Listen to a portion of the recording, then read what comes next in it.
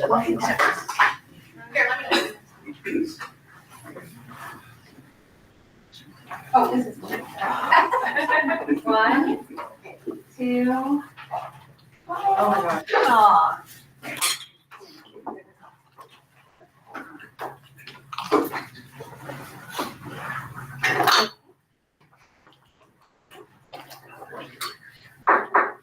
I'm calling this meeting to order for the last time in this role. Welcome everyone. It is Thursday, December 11th, and this is just a regular meeting of the school board with some special stuff happening. Do I have a motion to establish the agenda? So moved. Second. All in favor of establishing the agenda as posted, please say aye. Students? Aye. Board members? Aye. That's 2050. We first, before we do anything else, we should approve the minutes from the last meeting. Is that correct? Correct. Okay. Do I have a motion for that? I move we approve the meetings from 11/13/2020. The meeting minutes. Second. All in favor of, I'm taking Jody's seconds. All in favor of approving last meeting's minutes, please say aye. Students? Aye. Board members? Aye. Aye. That is 2050. Okay. So, that brings us to outgoing board member recognition.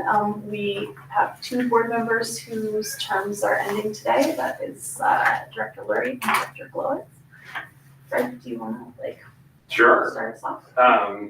I have a few comments and certainly open it up to everyone else. It's a tradition to just take a moment and think back on the terms of our outgoing board members and the work that they've done. So I just, to both of you, to Director Lurie and Director Glowitz, I don't know if it's a first, but 2 alumni serving on the board at the same time and ending their times together speaks to the uniqueness of Mercer Island.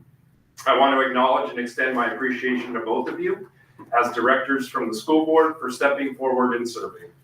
This primarily volunteer position took you away from your families, forced you to rearrange your life events, put you in the forefront of challenging community conversations, and came at a time when the division nationally is making it harder than ever to lead and to serve as elected officials.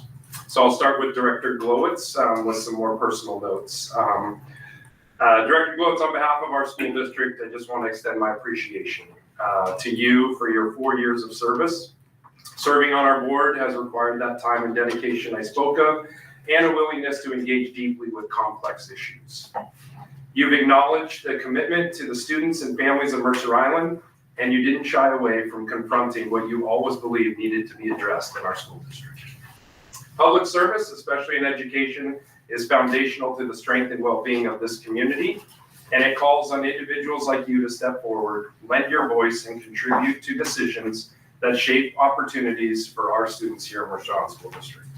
We recognize and value the time and energy you've devoted, as well as your willingness to engage in conversations that reflect perspectives from across our community.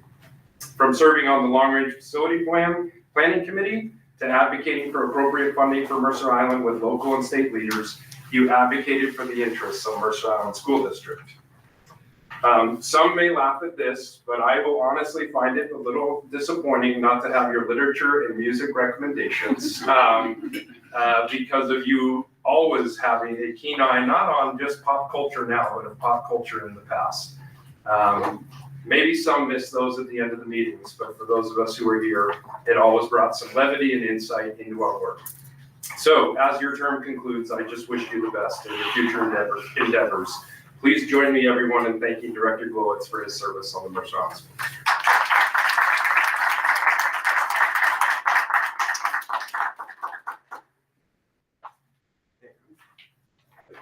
School. Thank you.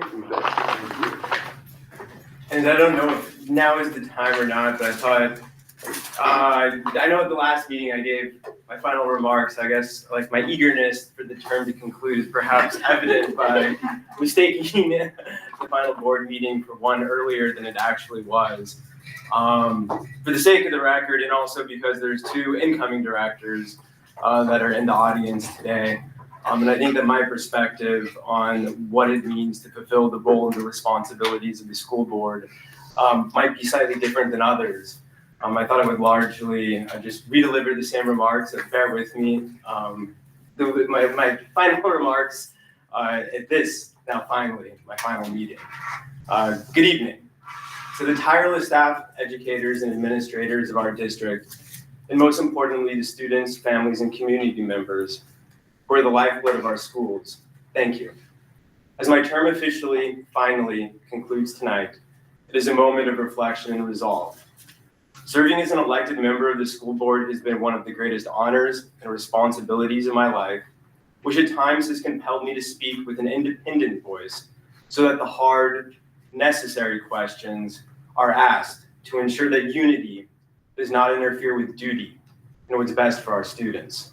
I'm deeply thankful to the voters for entrusting me with safeguarding the future of our children. Your trust, your input, and your support have guided my every decision and action.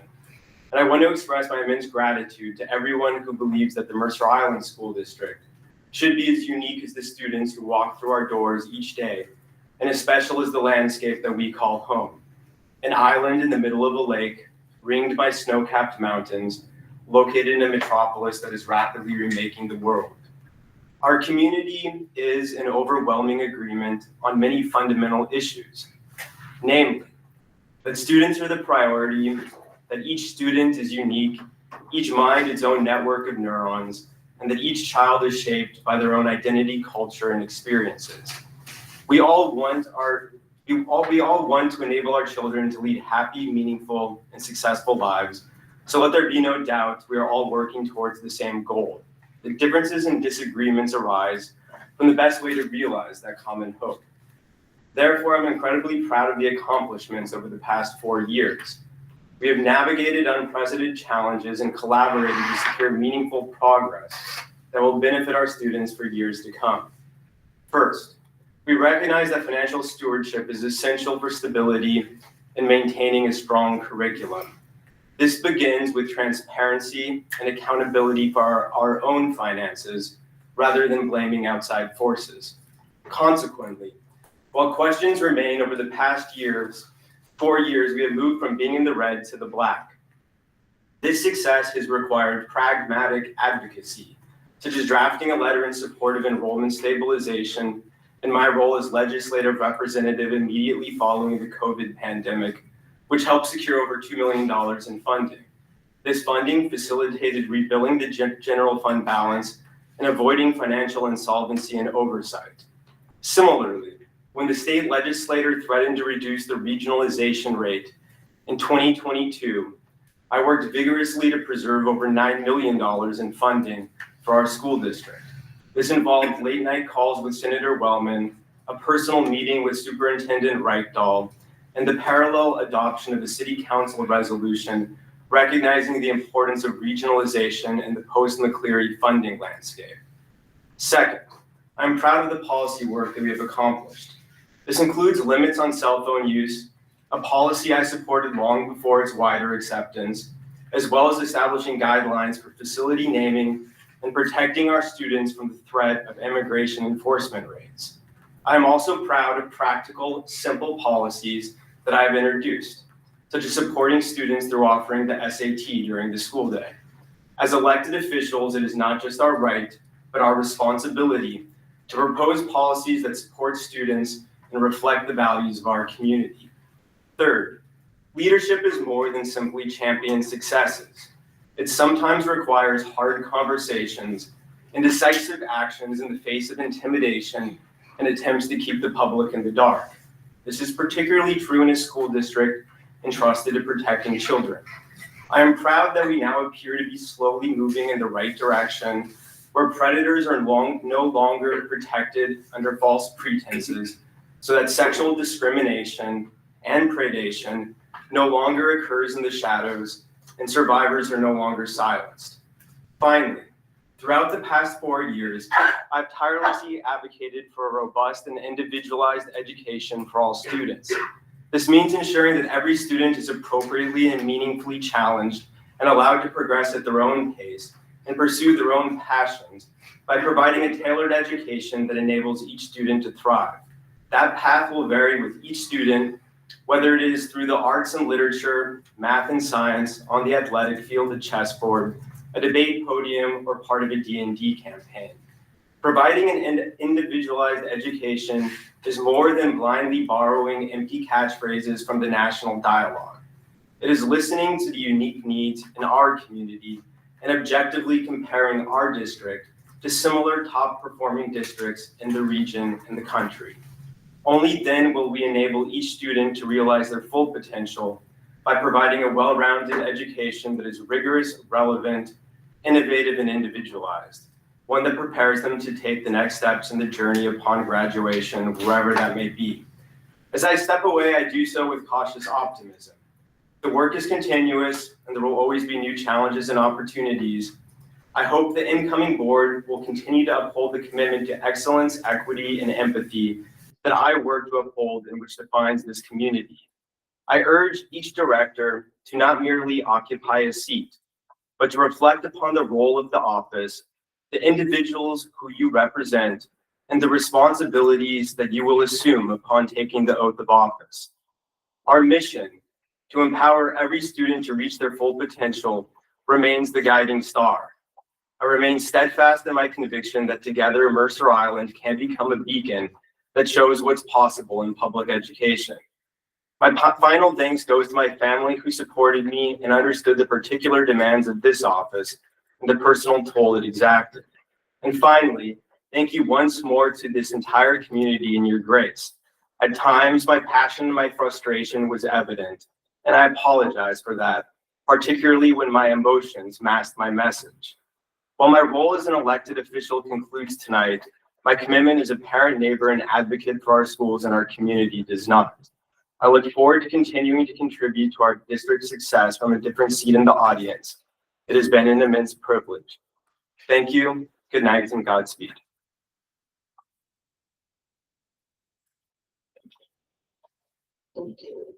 Do other people want to comment? Like, there's no set way that we have to do this. Other people have remarks for Dan? Go ahead. Otherwise, we'll move on to the other guys. Oh, yes.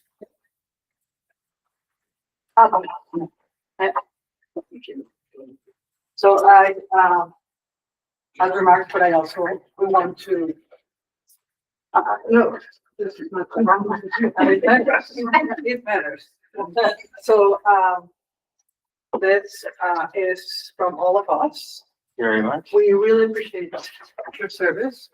And, this is a moss that, when you put in the light, will reflect different colors. And we thought that, being a nature lover, this will bring some of the nature inside your house during rainy days, but also the light will shine in different paths and opportunities for you to grow and keep bringing your voice to the community. So I hope that you keep this growing, and also we will be happy to keep listening to your voice in different ways, and we wish you the best. And I know it's not easy to step in, but I appreciate your service for this time, for your time, and you make me reflect and challenge me in different ways that I really appreciate. I think I have grown very much. So this is from all of us. So we just have to give thanks.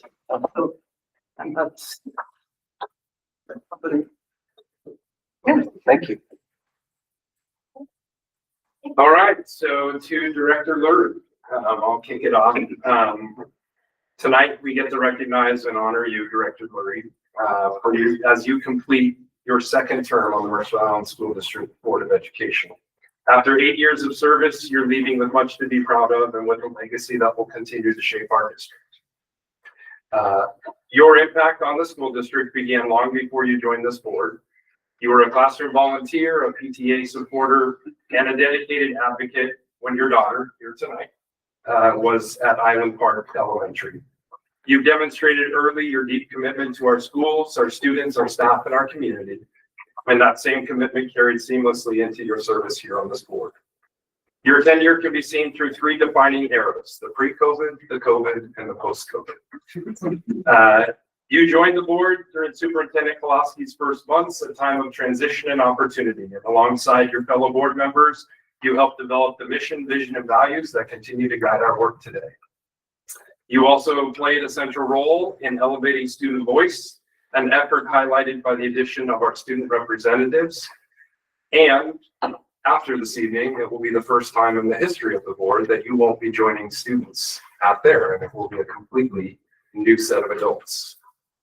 Just months into your first term as president, COVID reshaped aspects of our life, and you as president led with steadiness, clarity, and resolve, even in the time when there was not consensus on the best way to continue educating students.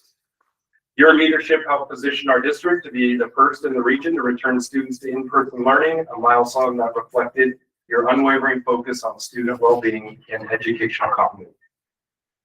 In the years that followed, you continued to guide and strengthen the district, building upon the success of the South Mercer Playfields project, serving with distinction on the long-range facility planning committee, and acting as a bridge from one era of district leadership to the next. You understood and have been along for the journey and have been invaluable. On a personal note, I deeply appreciate your advocacy, your thoughtful challenges to me, and your continuous push towards improvement. I'm profoundly grateful for your support and guidance throughout my first 3+ years as superintendent. And while your formal service ends on the board, it is unlikely that your impact on our schools and districts will end here tonight. Your dedication, leadership, and heart will continue to resonate. Please join me in thanking Director Lurie for her.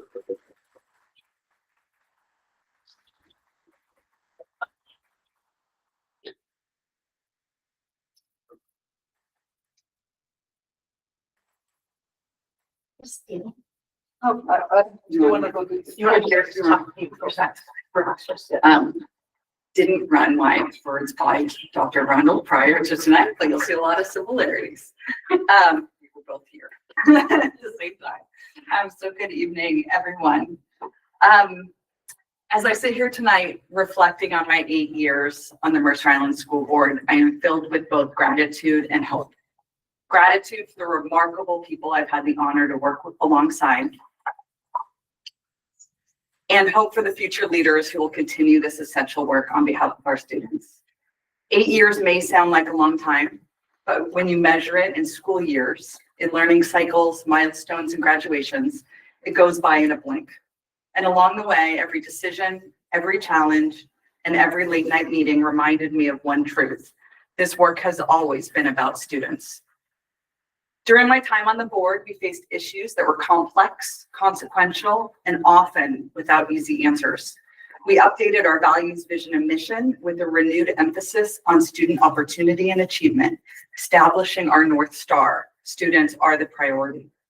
We evaluated open enrollment, considering not just its immediate impact, but the long-term health and sustainability of the district. We navigated the unprecedented challenges of COVID and remote learning. Those months and years tested every part of our system. We made decisions in real time with imperfect information, under enormous pressure, always centering student well-being, safety, and connection. We undertook extensive reviews of student achievement, leading to the adoption and implementation of new K-8 literacy and math curriculums designed to strengthen foundational skills and ensure consistent, high-quality instruction across classrooms. And we engaged deeply with facilities needs, developing the district's first ever comprehensive facilities plan, a long-term blueprint that positions Mercer Island for future bond proposals and ensures that our learning environments will continue to support students for generations to come. The years following COVID were among the most challenging our schools have ever faced. The impact on students didn't simply disappear when classrooms reopened.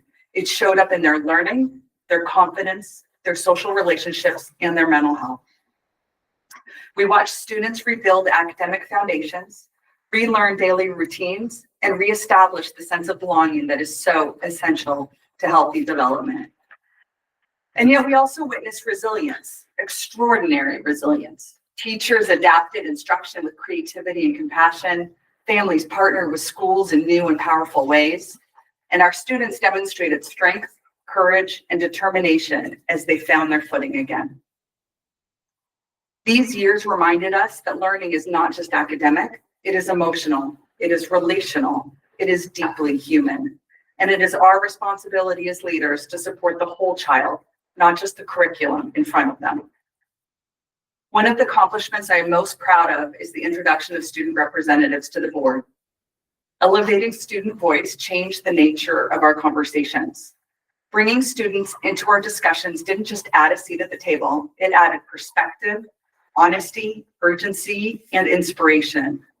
Their lived experience reminded us, meeting after meeting, who our decisions ultimately affect. From highlighting mental health needs to sharing academic insights, to offering ideas about belonging and school culture, our student representatives made our work sharper, more grounded, and more human. We also work to expand opportunities outside the classroom. Celebrating the 50th anniversary of Title IX with the ribbon cutting of upgraded softball, baseball, and soccer fields was a powerful moment. It was a reminder why this work matters, because equity does not just live in our policies. It shows up in our facilities, our programs, and the message we send to every student about their worth. And I must recognize our incredible school staff, our teachers, paras, counselors, office professionals, librarians, specialists, custodians, bus drivers, nutrition services staff, coaches, every adult in the building. You are the heartbeat of this district. You show up every day with compassion, creativity, professionalism, and an unwavering belief in each student's potential. Your impact extends far beyond your job description. Thank you for the visible work and for the countless quiet acts that shape students' lives in profound ways.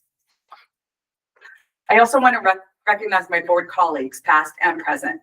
Serving as a school board director is a unique kind of public service, one that requires patience, humility, courage, and a deep respect for the community you serve. I've been fortunate to work alongside colleagues who brought their hearts, their intellect, and their unwavering commitment to doing what is best for students. And yes, we didn't always agree. That's how good governance works. Healthy disagreement leads to stronger outcomes.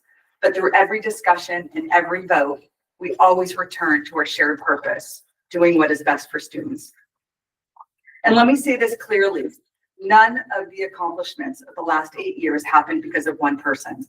They happened because of collaboration, real collaboration among board members, administrators, staff, families, and students. A single board member cannot create change alone. Meaningful progress happens only when people listen to one another, challenge one another, and work side by side with a shared commitment to students. I also want to recognize former Superintendent Donna Klosky, who led this district during some of the most uncertain and demanding years. Donna was not only a strong leader, she was a mentor to me.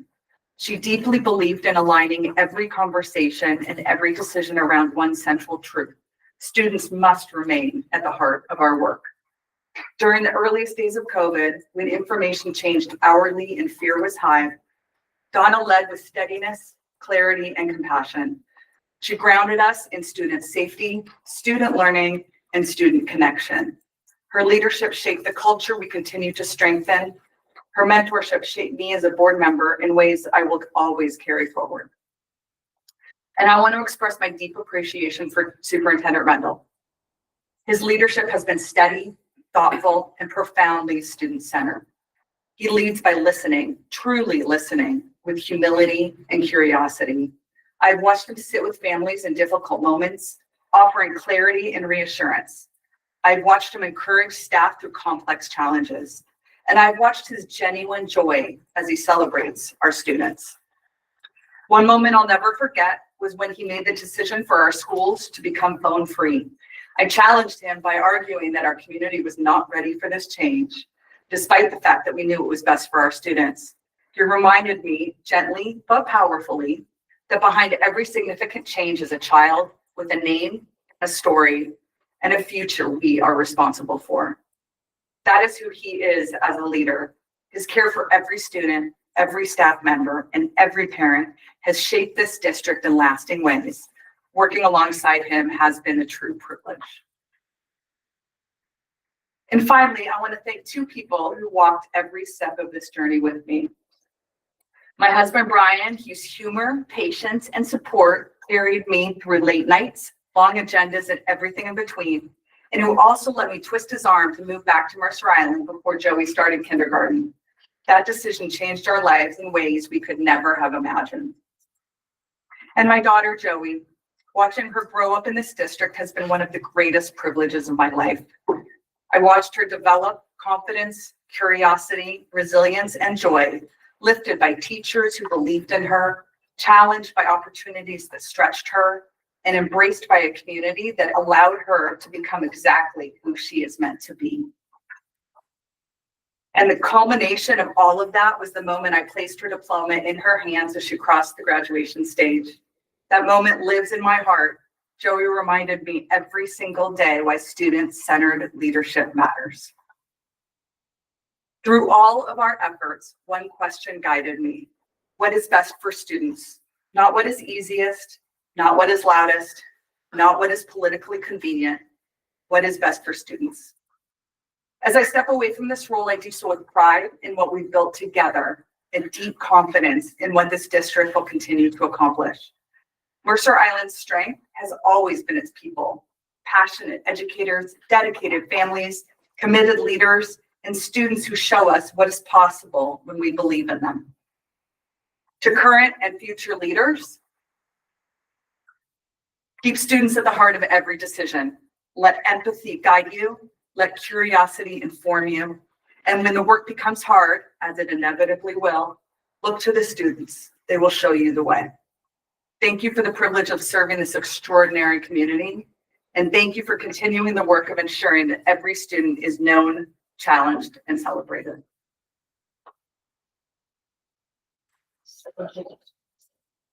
Right.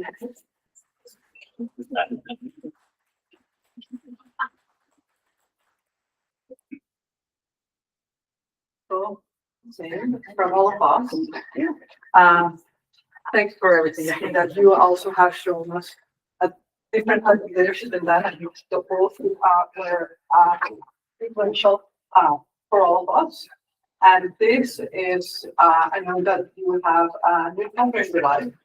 This is a plan that if you put it by a window, at night will close, and then during the day will open. So that way I am hoping that this new, you're closing the opportunity, and I know that you're opening your webs, and I hope that this also will grow on this, and you can later on have the little babies and share them around the state with your new adventures. So thank you for all.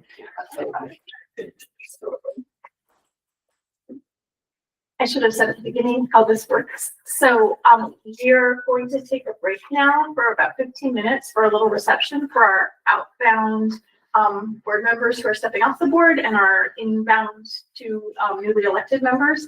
So we'll take a break for 15 minutes till like just before 5:45. Yeah. And there are some snacks and we're gonna commingle. And then after that, we will come back to the table. We will I will run the election of the new president of the board.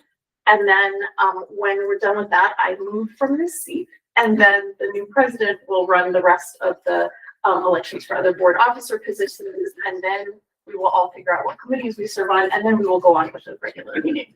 I did also want to bring attention to, for anyone who's online or anyone who watches this meeting later, that we have some new AV equipment that is apparently better and will be clearer, like the sound will be improved. So take a listen if you get a chance and let us know what you think. This little guy, is it a new owl? Yeah, it's a new owl. He's shorter than the old owl, and he's also a different color. And to me, he looks much more like a penguin than an owl. But hopefully he's capturing video and audio better. So thank you so much, and we'll take a break for 15 minutes.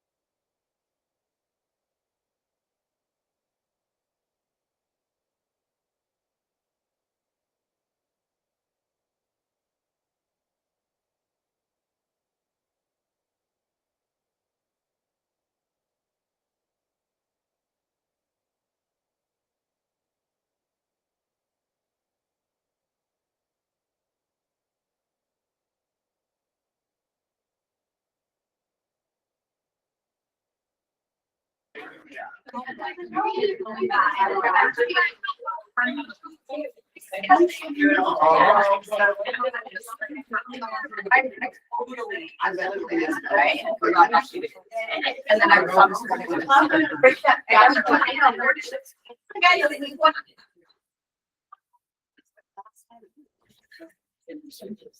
Thank you so much, everyone. We are back. The first order of business is to swear in our two newly elected board members. I would like to bring Julian Bradley to the front, who will be assuming board position number 2.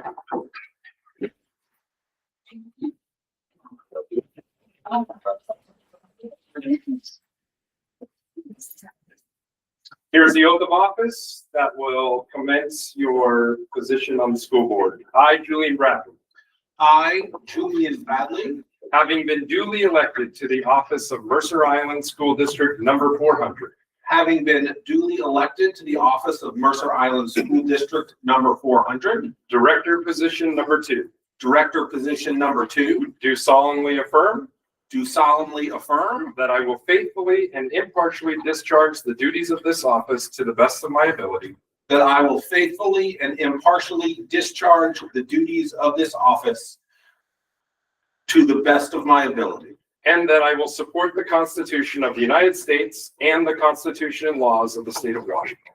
and that I will support the Constitution of the United States and the Constitution and the laws of the state of Washington. Please join me in congratulating Mr. Julian Bradley. Come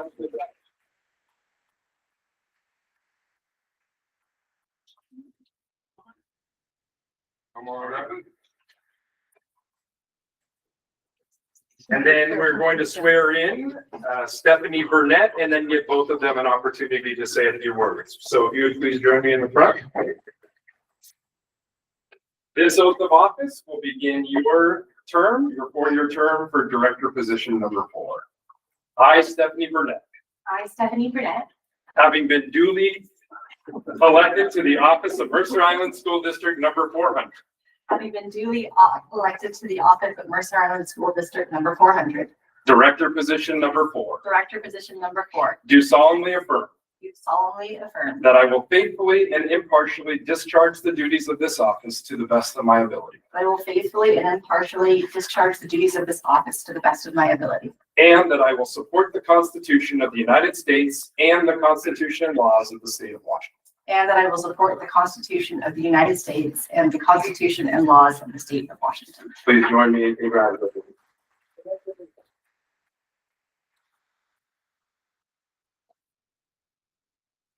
So welcome both of you.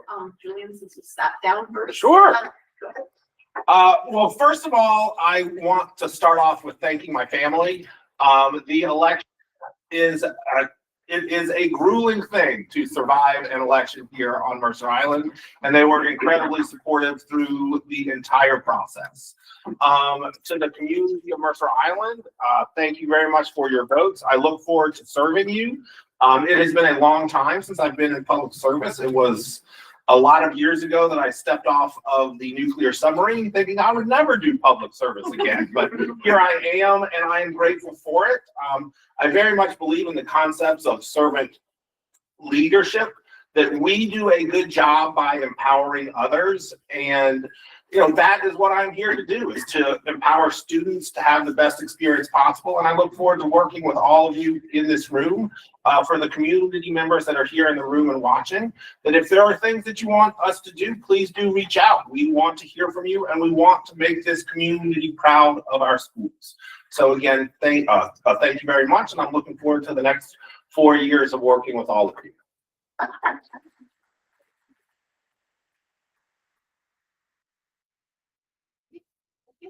I want to thank my family. My mom's here and my 2 kids, including Hannah, who just came back from the University of Oregon today. I'm really so glad that she could be here. And I just, I'm really looking forward to working with all of you. I'm excited to be here. And I am really thankful to the people of Mercer Island for having confidence in me. And our schools are wonderful places. There's so much to be thankful for here on Mercer Island. And there's, I'm excited to look at what we can do to make our schools even better. And I know it's been a big year or so for Mercer Island, and I think that with this board that we're going to good places. So I'm excited to do it. Thank you.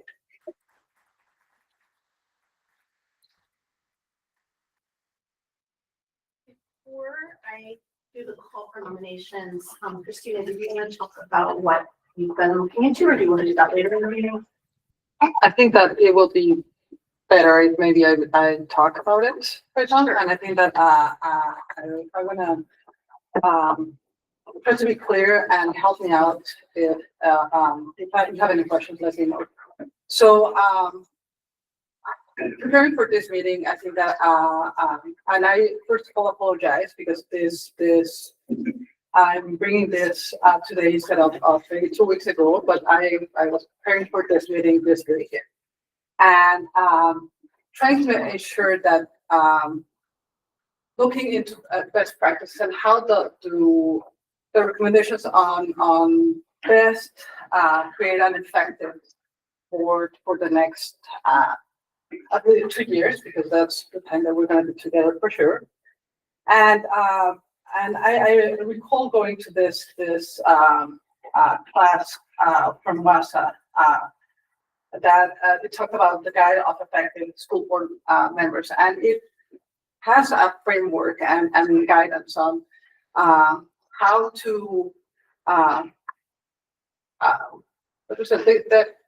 the skills and characteristics of board members to succeed in their positions. Different districts around the region, Bellevue has a framework, Lake Washington too, and they either incorporate it into their policies. I think it is Lake Washington the one that has it. Others do it as an exercise. But what I'm thinking is that it will be very beneficial for us, especially you two that are coming from an election year that you already have after. Your knowledge of the board is through the campaign and with the exposure like the public. And for us, it has been also the experience of working on the board, and it will help us be a stronger board if we do this framework and together. And I'm proposing to have this at a study session in early January and delay this election at the beginning of January. I think that we have a meeting there, and I asked right before I could post this if we have a time, a meeting in the calendar that could be a possibility, so that we can all work together with the questions that I know that you sent a few questions of it's a kind of a, this is a small summary of what WASA and the National Board Associations recommend, but there's a longer version, and the longer version is more useful because I think that it's self-reflection that will help us, and it helps you not necessarily to tell you should be in this position or this other. These are the skills that you have, and if you're in this position, these are the skills that you will have to learn that year to succeed, and that's the importance of that framework, that it helps you, and I think that will help us succeed in that role. So, and I'm going to put my example, for example, and Magita. So if Magita is in the senior leash position, there's so many skills that I think that you have to learn so quick in the senior that it will be beneficial if you have never done the senior lead position, that you start on a junior lead position. So that's continuation of the work, and we can be stronger and advocate for our community and our students. Especially this is a way to serve the students better by being a stronger board. And that's the proposal, that we can actually have this discussion using this framework. So your proposal is that we should, that we would, that we would have a meeting, like a study session or something in January, where we could go in detail through these guidelines from WASA and WASA, and then select our board officers after that. Yes, and that also would probably include having the structure of the board right now, like as it is, electing you and Julie only for 1 month in your position of myself, and leave the or choosing one junior rep intern. Right. So just to make it clear to all the board members that the board, our board policy requires that we select a president and vice president at this meeting. So if we were going to wait to January to like select the real president and vice president, then we would have to select somebody for the intervening month.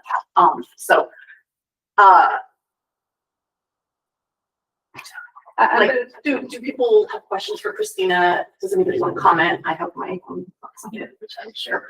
And I would love everybody to. I appreciate what you're saying. I think that absolutely talking about, how we can best work together and, best practices for governance is very valuable and something we should all be thinking about.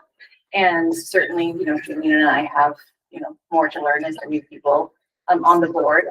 I don't think that there is value in delaying the election and holding an additional study session. I think we need to move on with the election so that we can focus on the levy in January and all of the other really important issues before us. And I think that would be distracting from the really important work that we need to do. So, can I ask a question related to that?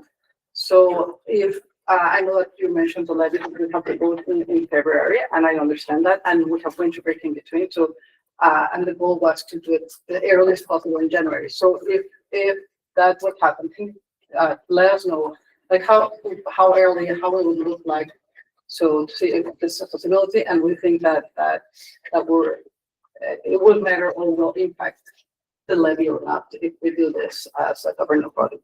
So from a legal perspective, just by law, you have to have a president and vice president or pro tem, if that's what you were to do. It doesn't, not having changed or having a pending vote again does not impact your ability to, the ability to run the election or anything with that. So it doesn't interrupt your policies, your governance, or any of that.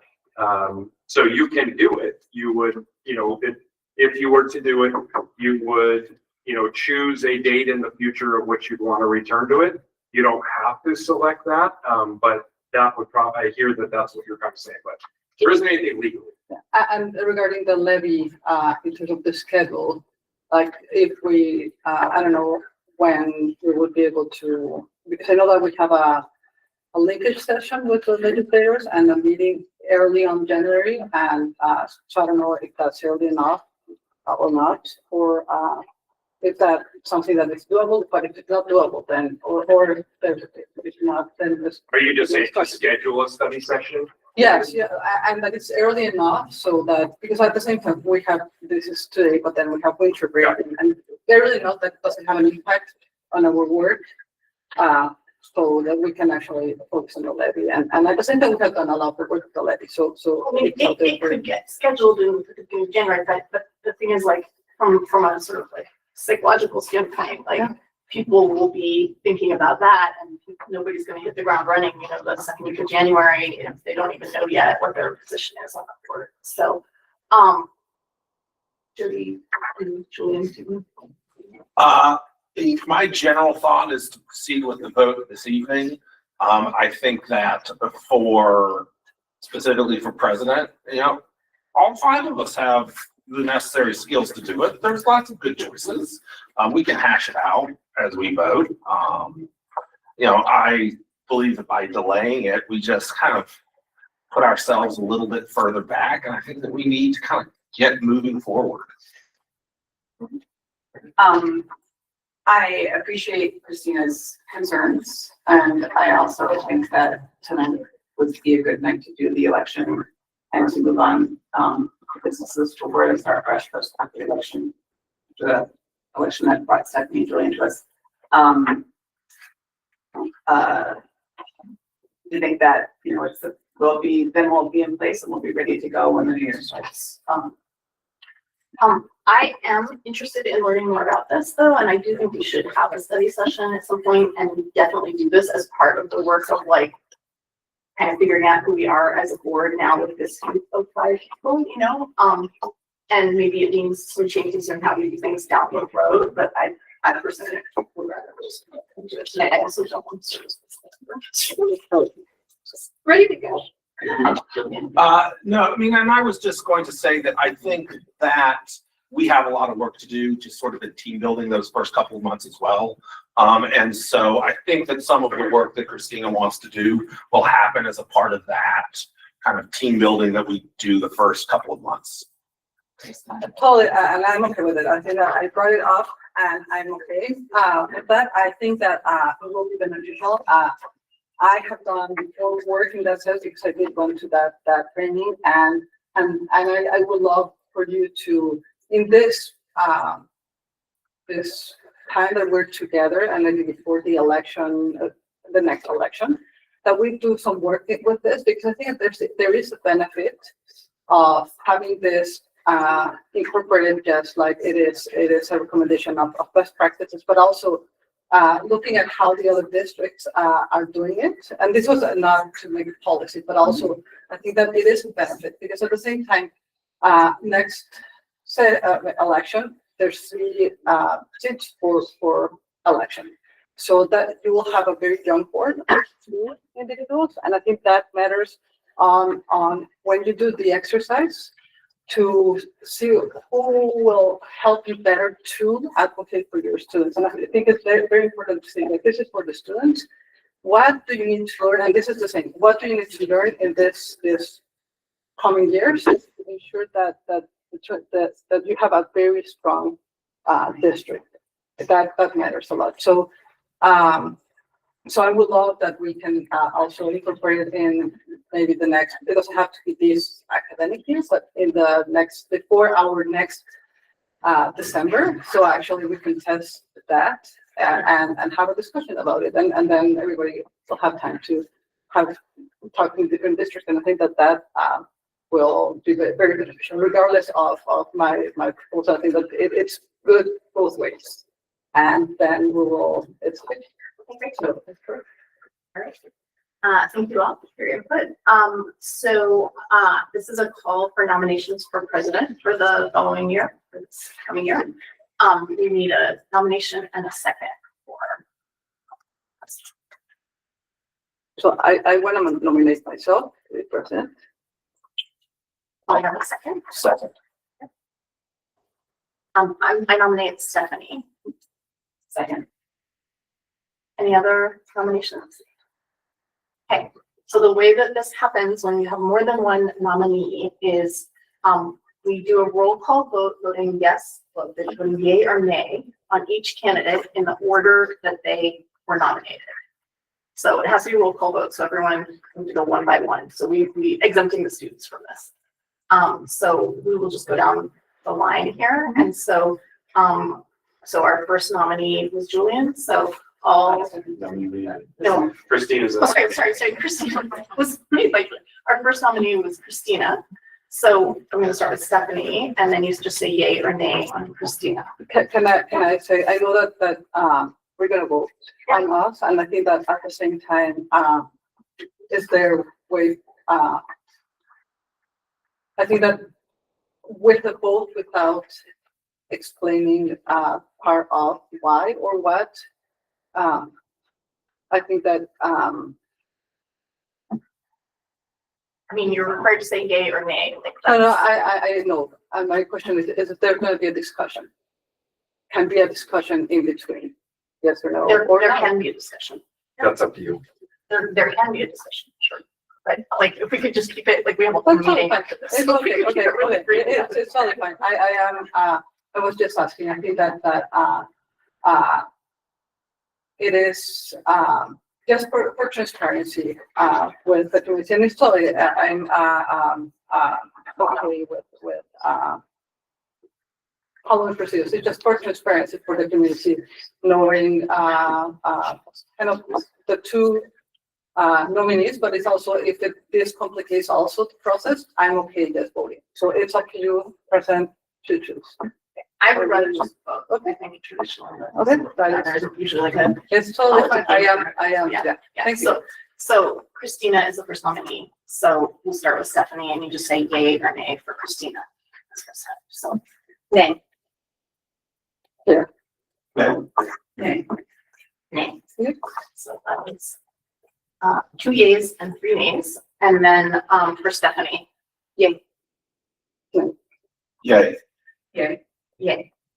So that is, sorry, did you say yay? Yes, Okay, so that is, word of mouth. These days. So congratulations, Stephanie. And now we move. Yes.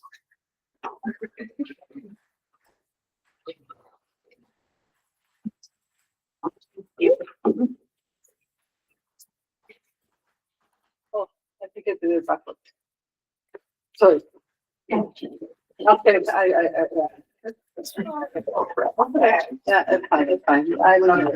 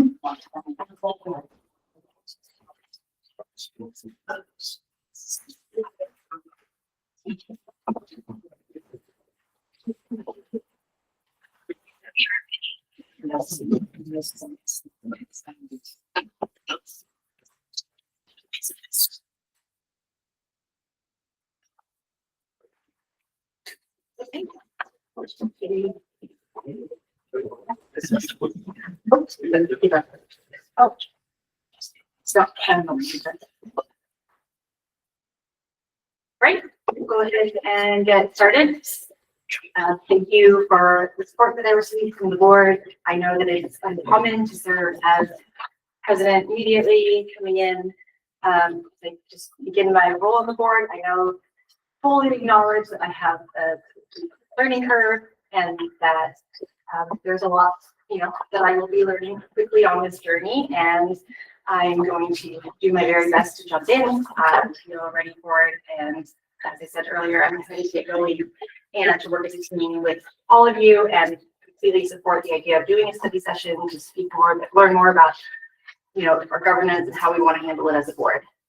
So with that, I think that it is really important as a new president and a new board member that we have sufficient infrastructure in place in order, and that I have support and guidance and experience assisting me along the way. And to that end, I would like to nominate Jody Lee to be vice president. I've served in that role in this past year, and I really value and appreciate your experience and knowledge and willingness to help support and work together. And I think that we have a second. Seconded. Are there any other nominations for vice president? So in that case, we will take a roll call vote and aye. Yeah, I, sorry. Aye. That is an aye, so that's 5-0. Thank you. So we will be moving forward now with our committee assignments. Oh, we do that also. Yeah. Thank you. Okay. And can I just clarify kind of where we are in process, because when we set this up, the June to June model is what we were looking at, but with Director Lurie going off, Director Martinez is still in place until June of 2026. And so Director Martinez continues in her role. She was elected to her 2-year term. So we're looking for someone who essentially, though it's not perfect, would be serving between now and June of 2027. So it's 1.5 years, not a full 2 years, because that's kind of when the term would end. Yeah, that's why I was thinking June, so I appreciate that. Okay, so do we have any nominations for the position of treasurer? I nominate Julian. Seconded. The junior. Junior. Yes, Christina's. Director Martinez was that the nomination for you? And then the Second. second, okay, thank you. Is there any other, are there any other nominations or? No, only the comment that we're still working out this system of June to June, so it can be a little flexible, so. Understood. All right, in that case, we'll take the roll call vote. Okay. I'm moving. Fine. All right, here. Can I say something real quick? No. Yeah, I am gonna say, I apologize if at the end it's something I made. I totally, think that you will be perfect. I was coming also from the point of view that I had, seen all the documents. So my level of information is different than yours, but I am absolutely sure that, you have a high steep road to go, but I am very confident about you doing the role. So I'm happy with this configuration too. So just ensuring that for the community too. So it was, yes. So I know that I cannot change my name because it's already recorded, but there was some mistake on how the process was. So just want to clarify. Yes, I am, yes, so it's okay. Appreciate that. And if I may make a recommendation, President Burnett, because the next piece of board committee assignments can be done at any point in this meeting, my recommendation is that we would go to our recognitions and public input section. And then if possible, we could go into some of the staff stuff who are here tonight to do presentations and maybe push item 2C until later on in the meeting. I agree. Let's do that. So we are now going to section 4, recognition of public input. Cross country team is in it. Let's bring them in. Somewhere. It shouldn't get too long, move fast.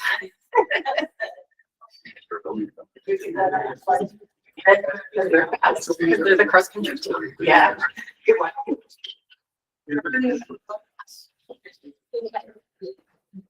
Just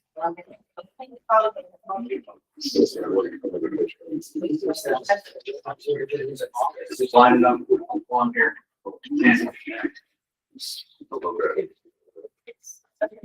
Basically, this. You'll line up like. It's right there. It's that little. That's amazing. Spread out around the sides. We could do it in, why don't we have the boys team since you're already there? We'll start there, girls team right behind, then we'll have you switch so that you can both be in front and center. And then it looks like we have coaches Goldhammer and Empey here tonight. Yeah. Moving now, did I see Coach Empey? Yes. Hello. All right, well, I think we kind of speculated that if it wasn't a first, it's rare last year to have a boys and girls state champion from the same school in the same year. I think we can easily speculate again that to do it in back-to-back years may have never happened in the state of Washington. I didn't look it up. We are so proud. Tonight, we'll start with the boys team, back-to-back 3A state champions. We had boys on the podium. We had 3 winners on the podium: senior Bodie Thomas, senior Matthew Lawrence, and senior Connor Ward. As they, I think, you know, as we look at what they've been able to accomplish as a team, and I know we have Brody Newcomer over there and others who were right behind the team that competed. And something that I continue to hear, and this goes for our girls team as well, is that the cross-country team is a place to belong. And whether or not you were running on that day or you were cheering from the sidelines, that everyone was running for one another. And that's been, I think, part of the secret sauce of what you've been able to accomplish. If I'm not mistaken, coaches help me. I know one of them has 3 years in a row of Kinko, and the other one, are we at 4 years in a row of Kinko? The boys are 4 years in a row. I should know this. I think boys are 4 and girls are 3 years in a row of Yeah, we're Kinko gonna go with that. So not only, you know, Kinko's tough. Kinko is oftentimes one of the toughest for all sports. And so to be a champion there, but then be able to back it up along the way and do it at state is really something truly spectacular. So athletes, if you would start, just introduce yourself and then your year. And if you have any fans in the audience, you may introduce them as well. And then we will have the coaches talk, and then we're going to bring your fellow runners on the girls' side forward. So, Colin. Okay, Kellen Dorosky, I'm a sophomore. Ben Bunker, I'm a junior. Cody Thompson, I'm a senior. Connor Ward, I'm also a senior. Bailey McCarthy, I'm a sophomore. And Matthew Lawrence, I'm a senior. And Matthew Greer, I'm also a senior. Coach MP. Well, so you heard, it's interesting, we talk about this boys team, and as coaches, I'm gonna speak for both of us and you just chime in, but immensely proud of this team, but we have two very different teams, and the boys, when you hear them introduce themselves, 4 of them are seniors, and we relied heavily on their senior leadership, their speed. That is kind of what clinched the deal for us, was having that senior experience, and they were calm, cool, and collected throughout the race. The first part of the race scared me because we were in a very tight race with 3 or 4 other schools, and they had been ranked first all season long. So to find 3 schools right behind us at the 1 mile mark made me start sweating, even though it was a very cold day. But because I think their experience at running at this level, they executed exactly like they should have and came away with the win. But we will miss those seniors because we are losing 4 of them. But the nice thing is we've got Balin, who is returning as a sophomore. Jake Powell was our 5th scorer. He's a freshman. He's actually learning how to drive right now, so he couldn't make it. But I will say, for a freshman boy to be in that field, you're at a huge disadvantage as a freshman boy because just size matters in a race like that. And he did an amazing job. And Finn, who was our 4th scorer, has just been steady all season long. So we're so lucky to get him back next year. But like I said, we rely heavily on the seniors this year, and we will miss them next year. So they did a lot for our program, and to be able to win, like you said, back to back. So thankful, so grateful, so proud. Yeah, they were amazing. So do you have anything to add to that? No, great team. A couple new runners. Kellen's brand new to the sport this year and is running with the front of the pack, which is really cool to see.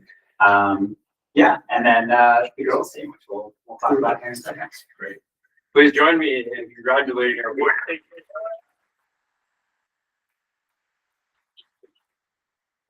Switch there, we'll do a big photo at the end. So girls, step on forward. I have to tell you, the girls were light today because it turns out 4 of our runners also do orchestra, and at least Anna and Tess were able to make it, but we're missing some of our team because of orchestra. Well, defending champions as well, and like the boys, we had 3 on the podium. We had Sophia Rodriguez, who I believe defended your title for the 3rd time in a row. So since your freshman year, we have Riza Dupre, correct? Riza. Riza Dupre and Ella Zhang, who is here tonight with us. And so, again, you know, I know that you run so much together, boys and girls who are out and you're training constantly, but there's a whole group of girls and athletes behind you who you also represented over in Pasco. You know, it's representing our community and certainly our school, but your team. And it just, you know, I think some of the success, as I've watched from afar, is that chemistry that you have. And we had a board director, student director who was in Brody's space, or Lucy's space, who was also a team member and also a sister of one of you along the way. But just congratulations. And you're going to look back, both of your teams, and never forget. But to do it 2 years in a row, 3 years Kinko is just incredible. So introductions, who you are, your year, and if you have anyone in the audience you want to recognize. I'm Anna Ehrenholz, and I'm a junior. I'm Tess Ehrenholz, and I'm a freshman. I'm Ella Zhang, and I'm a sophomore. My mom is there. I'm Dora, and I'm a junior. I'm Sophia Rodriguez, and also a junior. So I'll say a couple things about this team. It's almost a direct contrast from the boys team, because this team, we had of the 7 runners, 4 of them were freshmen.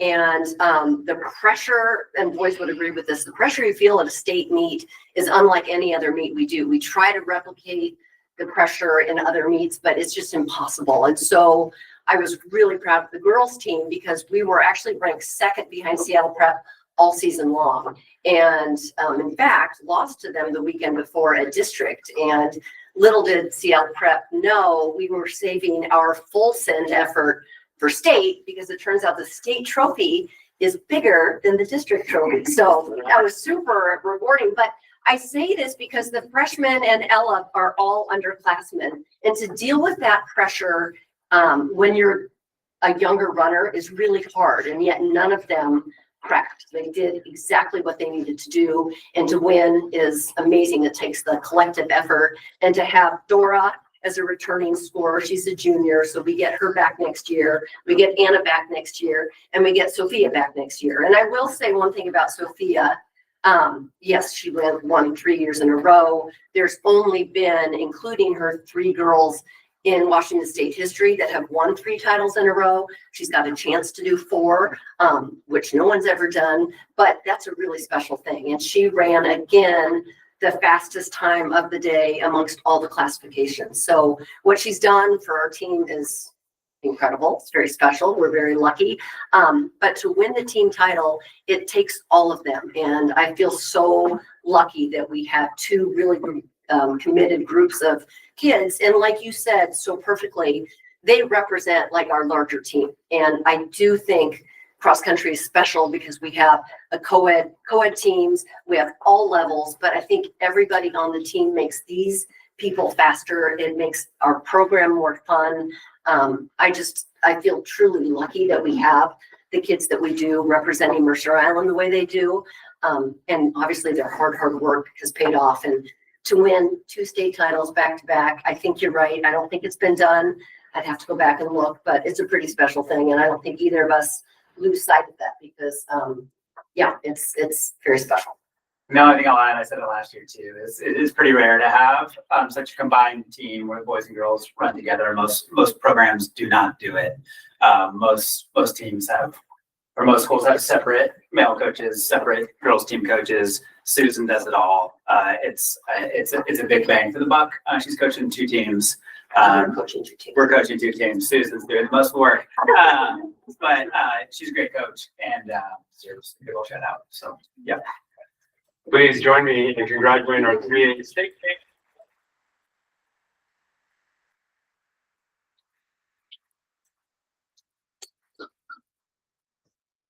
Get everyone behind. Yeah. Bring them Them around. all behind board directors around.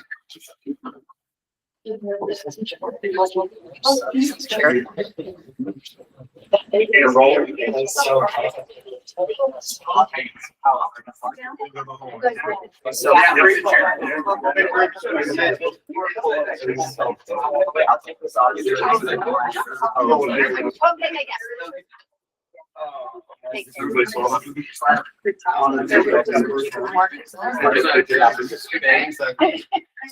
Make our friends. I think one of you, Brody, I think you might have to stand up. I don't know that there's. Huge athletes. We want to together as much as we can. It's comfortable. You're going on that side? Scooch in, let's see. Okay, on me on 3, 2, 1, 3, 2, 1, 3, 2, 1. Any parents? Okay, thank you. Thank you.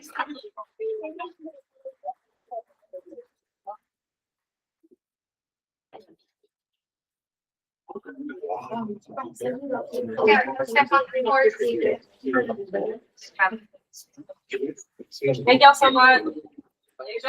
Congrats.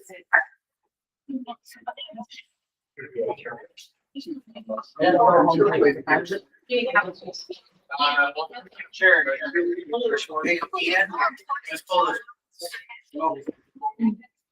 Yeah.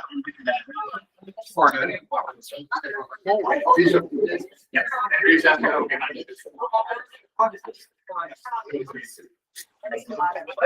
Yeah.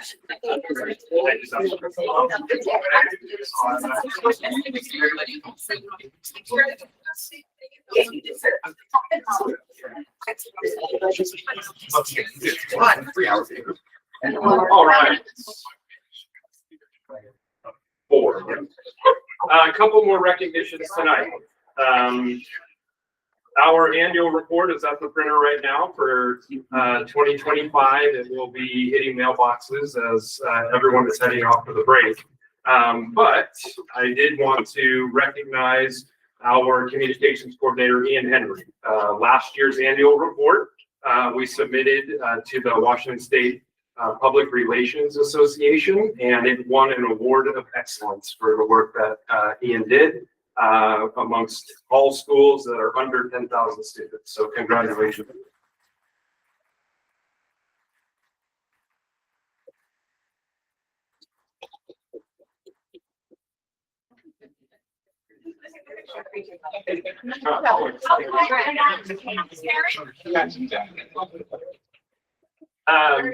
Wanted to recognize a student group down at the middle school. When you were there, for those of you who are on the board visit, and we heard a lot about the changes in Gator Time and some of the work that they've been doing. And a high school student who was working on kind of the culmination of her Girl Scouts awards, I believe it's the Gold Award, started a group, and it's a group to help kids navigate divorce. And so she started a group along with her former counselor, Jana Dash. I had the chance just this week to be down there, or late last week, and see the group in action. But they pulled together students who are working through the not necessarily challenges, but the unique differences and things that you have to navigate as the student of divorced children or divorced parents. So it appeared in both the Northwest magazine as well as the Seattle Times, and I think reflects some of that great work to promote belonging and using our high schoolers to promote voice and our staff right alongside. So that was in the news. And then lastly, just wanted to kind of have a yin and yang recognition, and that is just, I'd be remiss not to think about Riverview School District and Snoqualmie School District and the others who are really facing the challenges of flooding and what that's meaning to their communities. Some of them did not attend school today, and I know that there are businesses and homes that are severely impacted by this. The yang to that is just that we're lucky to have the team that we have here, and while we're on high ground, our buildings still have to endure the infrastructure needed to weather these storms. And so Tony Kuhn and the team that Tony leads up each day to keep our schools open, to keep them safe. I was on text chains with Tony and the elementary principals about how to keep kids safe out on the playgrounds and dry, while also letting them burn off the steam. But it takes a team effort. And then also our bus drivers. It's dark when they're driving in the morning, and it's dark at night at times, and they're still delivering our kids safely through the wind and rain. And just want to acknowledge those who are struggling right now, and we have them in our thoughts, and fortunate to have great people in our school district. So, and with that, we have some great celebrations this month. We have Christmas for those of you who celebrate Christmas, Hanukkah coming up here in just a few days will be the start, and then Kwanzaa at the end of the month. So with that, those are my comments. Let's turn to the student representatives. Sure. Okay, starting off with Superintendent Student Advisory. So during SSA this week, we discussed data from the Healthy Youth Survey and some other surveys within the school, mainly that one, and how it relates to academic stress specifically. So we spent time discussing Mercer disproportionately high drinking rates compared to the rest of the state, and talked about what could be done to make kids enjoy school more. So lots of the suggestions around that revolved around finding different ways to assess student learning. So more like project-based things beyond just testing, along with creating a curriculum that can be more engaging and interesting for students. So altogether, we had a lot of great ideas from SSA, and so we're going to be continuing working on that and doing some projects within the school. Moving on to elementary. Yeah. At West Mercer, the fifth graders in Miss Langley's class have been learning about the discovery of the Americas in the 1500s and the early colonial life. Miss Langley's class held presentations on a project based on discovery, and they learned about how the arrival of European settlers to the American continent contributed to American history. The Northwood Library has been a space that fosters joy in reading throughout the school. Betsy Burkow, the librarian, has helped bring even more joy by setting up fun spaces like the Very Cozy Corner, a cozy place where students can cuddle up with a book. Additionally, West Mercer hosted the Scholastic Book Fair this week, an annual book fair with lots of new books and favorites. As Thanksgiving came and went, many elementary students got into the spirit of the holiday and completed gratefulness projects. Partner second and fourth grade classes at West Mercer made thankful spoons and had the opportunity to both get help from older students to make an art project while also thinking about what they can be grateful for in their lives. Another project was a Thanksgiving feast held for the Island Park kindergartners. They learned about how the idea of Thanksgiving can be a unifying one, and they got to wear turkey hats. So fun. Island Park fifth graders Claire and Josie Pullman finished in 7th and 10th place respectively at the Regional Junior Olympics cross country tournament. This impressive showing has qualified them for the national competition in Indiana, which they will be competing in tomorrow. Even though they don't meet it, we're wishing them good luck. And I mean, wow, after seeing all these amazing runners here at Mercer Island, and the future looks bright. Third graders at West Mercer spent the end of November working on culture fair projects and presenting them to their classmates. The grade-wide presentations were a way that students were able to learn about other cultures and also their own ancestral cultures. They did a great job.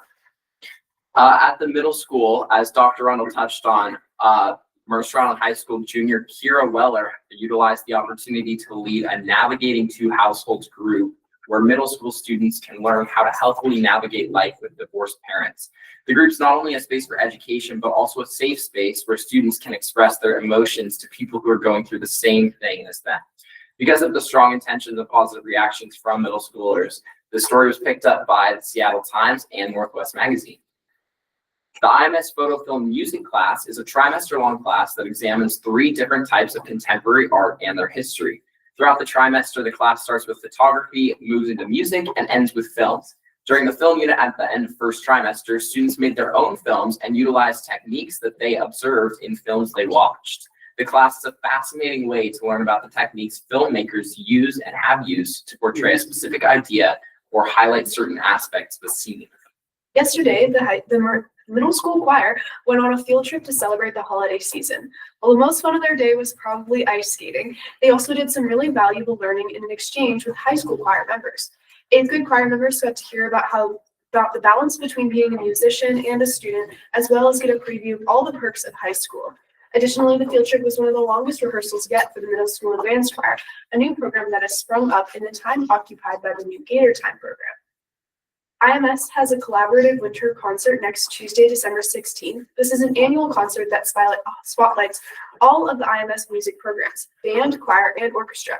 It also brings a festive holiday spirit to the school as spring approaches. The concert will be at 6:30 p.m. in the IMS gym. Now on to MIHS. All 4 AP microeconomics classes collaborated to donate to a food drive for Fall City Pantry. The classes collected over $2,000 worth of peanut butter, oatmeal, cereal, canned tuna, and more to support people in need. The drive became a competition between the classes, with classes having to create creative ways to determine they were the winner. 7th period claimed they were the winner after soliciting $150 in last-minute donations and recalculating other periods' totals. This was a completely student-run event because the food drive they were donating to was actually run by MIHS student leadership, specifically Senior President Anusha Zaveri. If you're feeling inspired to give back, Maroon Project, a club at the high school that works to fight period poverty, is currently hosting a period product drive and fundraiser throughout the month of December. All donations go to homeless teens at Youth Care, a nonprofit organization working to end homelessness in Seattle. Jasmine Saeed, a Maroon Project officer, says she's passionate about the cause because it's so universal and helps women throughout our community and the world. Senior Reese Hardesty, an advanced marketing student, recently organized guest speaker Paula DeCano, student athlete wellness coordinator at UW, to speak during both lunches. This event was a huge success with more than 90 students attending. The speaker talked about how to deal with the pressure student athletes face and how it can seep into their daily lives. He also talked about the perception of stress and how to deal with this stress. Mercer Island Youth and Family Services and Save the Club supported this event, offering even more resources for students to help deal with stress. Reese also hosts a radio show called Head in the Game with Kite Robinson, where they talk to athletes about their experiences dealing with mental health struggles, injury, and more. Another amazing radio personality, Max Pelter, recently got interviewed by King 5 News about his segment Kraken Max. Max, a sophomore, has been reporting on the Kraken since he reached out to the radio program in 7th grade and started learning how to broadcast. He has since expanded, taking radio classes and doing sports broadcasting, but still does weekly segments on the Kraken. This radio program has been such a great way for so many students to explore their interests. And our science classes have recently been sciencing beyond the classroom. Biotech classes went on a field trip to the Gates Foundation Discovery Center. Students attended a workshop called Fighting Around the World, where they learned about strategies for combating diseases in different countries. It was a super great hands-on experience applying what they know about treating diseases and expanding their knowledge to other places beyond the US. Additionally, Intro to Engineering Design classes recently took a trip to the Renton Boeing plant, where they explored Boeing's history and got to see into the process of making planes. They were able to see planes in all stages of assembly on the factory floor, showcasing the details of the process of engineering a plane. Spirit has recently been in full force at the high school. This week was Spirit Week, which had great winter-themed days like Pajama Day, Ugly Sweater Day, and Ski Day.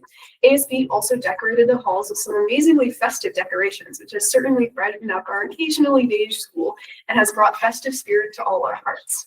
Tomorrow is also the Winter Assembly, where all of the winter sports will be showcased as their seasons are currently starting.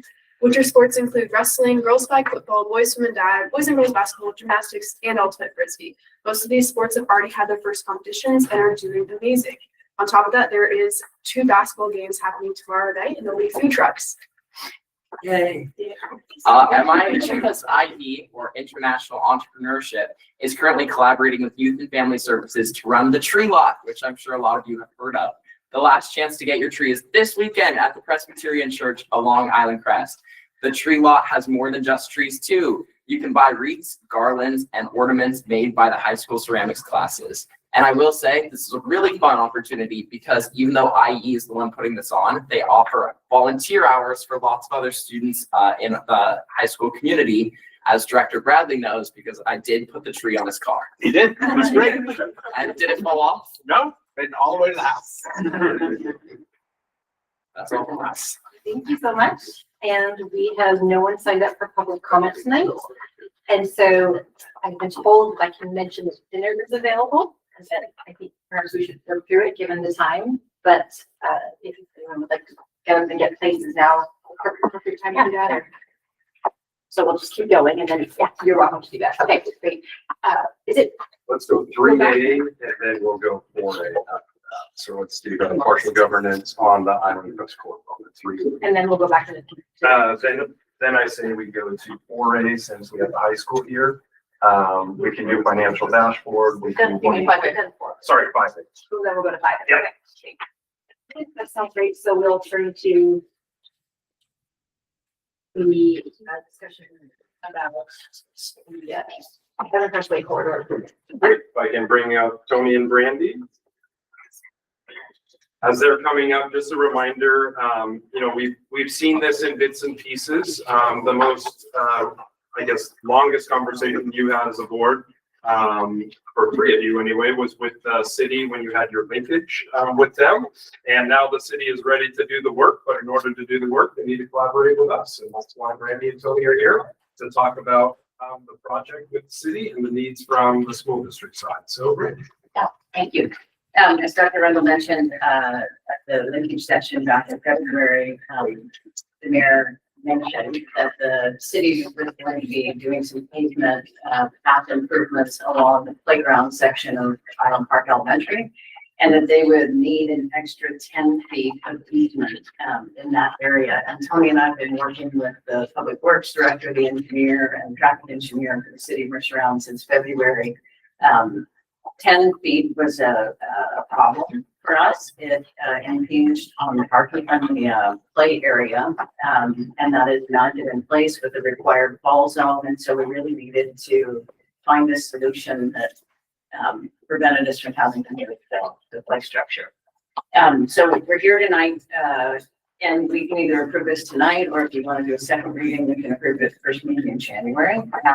But what we're asking for is authorization for Dr. Rundle to sign the partial relinquishment of the pathway easement and then a permanent easement that replaces the section that is relinquished.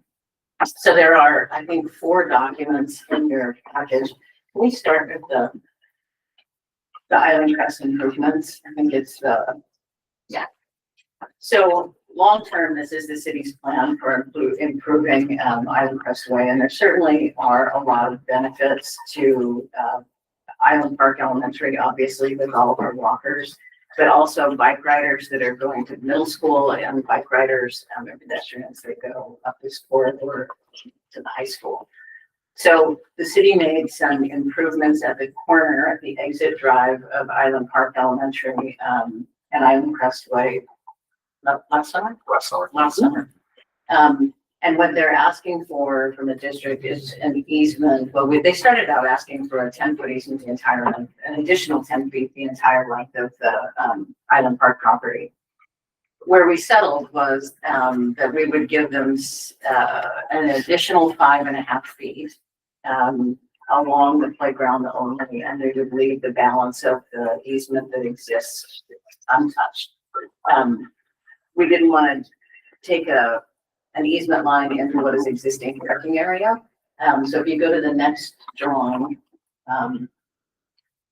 yeah, it's a little hard to see here. Can you zoom in a little bit on that? So just the south, opposite where you come out of the main parking lot where the big toy is, and then going south towards Dragon Park, it's just that small strip there that borders the playground.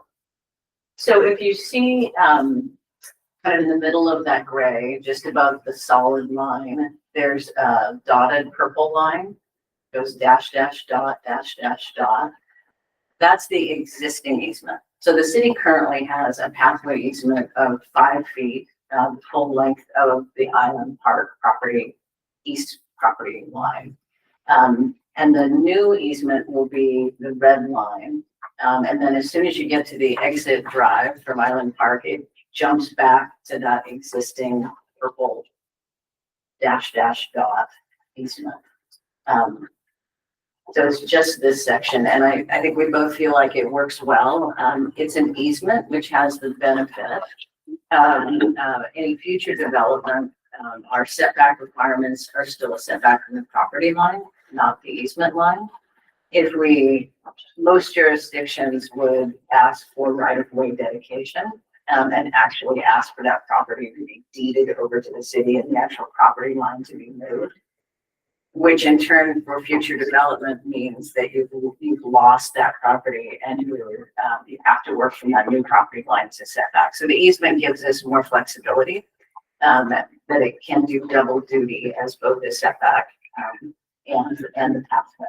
It also helps with that buffer between the playground, with just, giving a little bit more of a buffer zone for that, for the play area where we'll be replacing the fence line that runs along there, hopefully something a little bit more sturdy. I mean, it's a busy road. Obviously, we would never build a playground adjacent to the road like that if we ever had a chance to rebuild. But I think this gives us an opportunity just to kind of give a little bit more of a buffer zone and to increase the safety level there as well. Someone else has done. Yeah. One of the ways we accomplished that was that the reduction in that was that the city wanted an easement that would allow them to actually do their construction work within the easement. And we agreed that when the time came, they could, a worker could stand on district property to put the fence in rather than standing in the easement to put. So I think it turned out to be a good solution, and they were great partners in it. And we don't have any concerns. I think our concern would have been to do the entire parcel at this time, and until there's a reason to increase that, the balance of the property, didn't see a reason to do that. So again, the 2 documents that are before you, one is a partial relinquishment of the pathway easement that is existing, as a document that is signed by both the city and the school district, agreeing to the relinquishment of that. And that gives up the easement that exists there now, for the area that you see. And then, the new permanent easement for the trail puts the new 10.5 foot easement in for just this section of the property. Just to confirm, there's no impact to the play structure? No, Or the we maintain, fence? that's what I was gonna say, we maintain also, It's just the fence. it's just the fence. Discussion? Nathan, has any questions? I have a few questions. So, right now there is an easement and your argument is to replace, to have a little wider area for the path? Correct. Right now, the city holds a 5 foot easement, the full length of the frontage of Island Park Elementary. And these two documents would relinquish that 5 foot easement just along the playground up to the exit drive, and then replace that with a 10.5 foot easement for that section. Perfect. I have a few other questions, and not necessarily for you. These are for Erin and Fred. Sorry. So on the legal document, I'm a little concerned that it's where it says that you relinquish kind of the liability is mostly on the district, so we have to carry insurance. But if somebody falls, it's part of the property, we can be sued even if they maintain it. And I think that there's some risk and liability the way that it's written in terms of the easement. And I would like to have more protection there for our district. And I know that there's different ways to do that. But then there's also says that the workers can go and access the work and go without letting the district know. I know that you have a memorandum, I'd like you to have great collaboration with the city, but I'm thinking of this as an easement is a permanent easement that it is in our property for the next forever, right? So that means that doesn't matter which district, or if we sell that property and there's a different thing, that easement is there permanently between the landowner and the city. That's pretty much what it is. So, but ours as a district right now, one of the things that it says that the workers can go into repair, and they can, if they need to access, to go to the school without letting you know. That's in the contract per se. So I want something that says that either a memorandum of understanding or a communication protocol that it says that during school hours, they do have to communicate with the school, because I don't think that having workers not going and being authorized through the district, we're gonna have people that do not belong to us to go into the school without permission. So I think that the way that it is like that, it is a risk of the safety for our students during school hours. And I would love that if also it does that, if they have to repair, they also consider the school hours, so the education portion of the students is not impacted during construction or something like that. So I know that it's maybe a given, but it needs to be written, because for the next 50 years, if something happens. But I also like to say, if, I don't know if with the other properties, that I don't have anything that you share, if the risk somebody getting injured lands all on us, or it lands on both, or or do they carry an insurance also protecting us, or putting us as will be, I don't know, help me out, lawyers in here, how will you protect the district in case somebody, there's a pothole, they fall, they decide to sue, and then they say, who owns the property? Marshall had a school district, and then this is the path. So it is a way, this is what I think, that needs to be amended in the easement. If we are, yeah, I think that, I don't think that it's all, let me double check it, those are just the ones that, if I'm capturing everything that I read, correct. There's a lot to do. Yes, I mean, I'm taking notes because I'd have to look more closely at some of those, and I think I saw you taking notes as well. In terms of our other agreements, like play fields, so that's why we ask vendors to carry their own insurance or whatnot. It's never perfect, right? You can always be sued. But, you know, who has act or who's renting at what time? There's all kinds of complexities to what that looks like. As far as an easement goes, I don't know what that's going to look like exactly. But I think those would be things we'd want to bring back to you then, because I think it's going to take a little bit more look into that. It's totally fine. I think that I'm just saying is if like this was my house and I have had a house that had an easement. And I know that there will be somebody walking through my property when my kids are there, I will be there.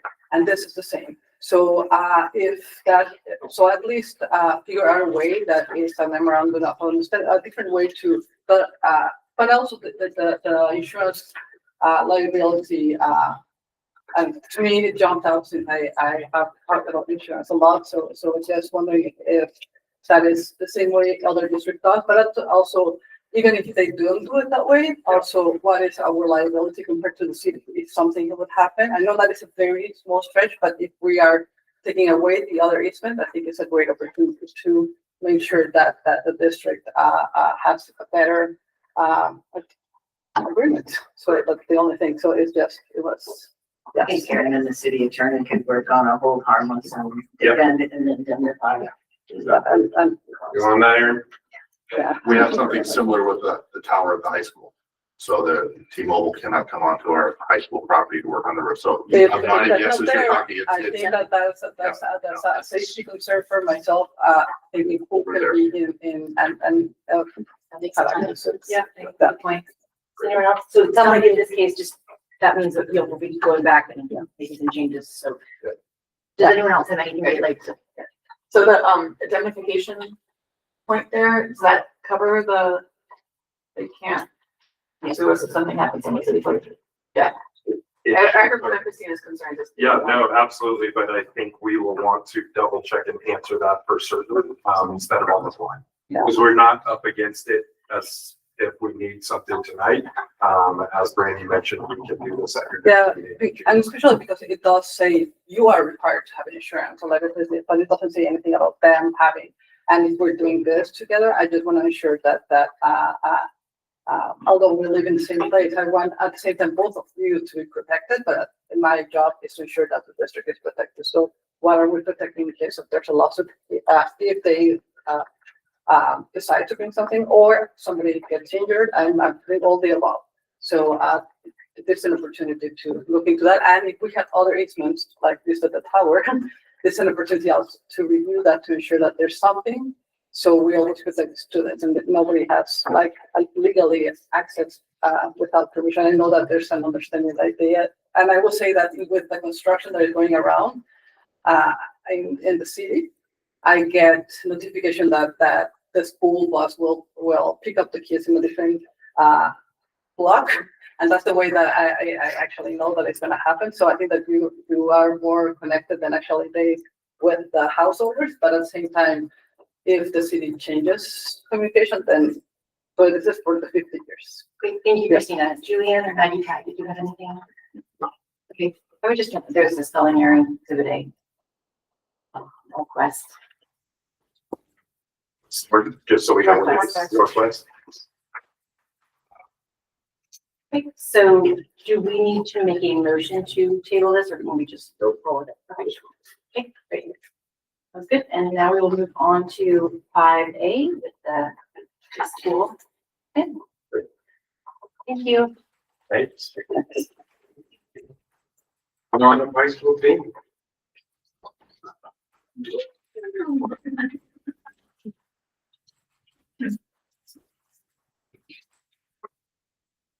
All right, our high school improvement plan. I think it's fortuitous actually that they're presenting tonight. Obviously, we have 2 new board members, but also you'll have an opportunity to do a site visit to the high school. I think it's March.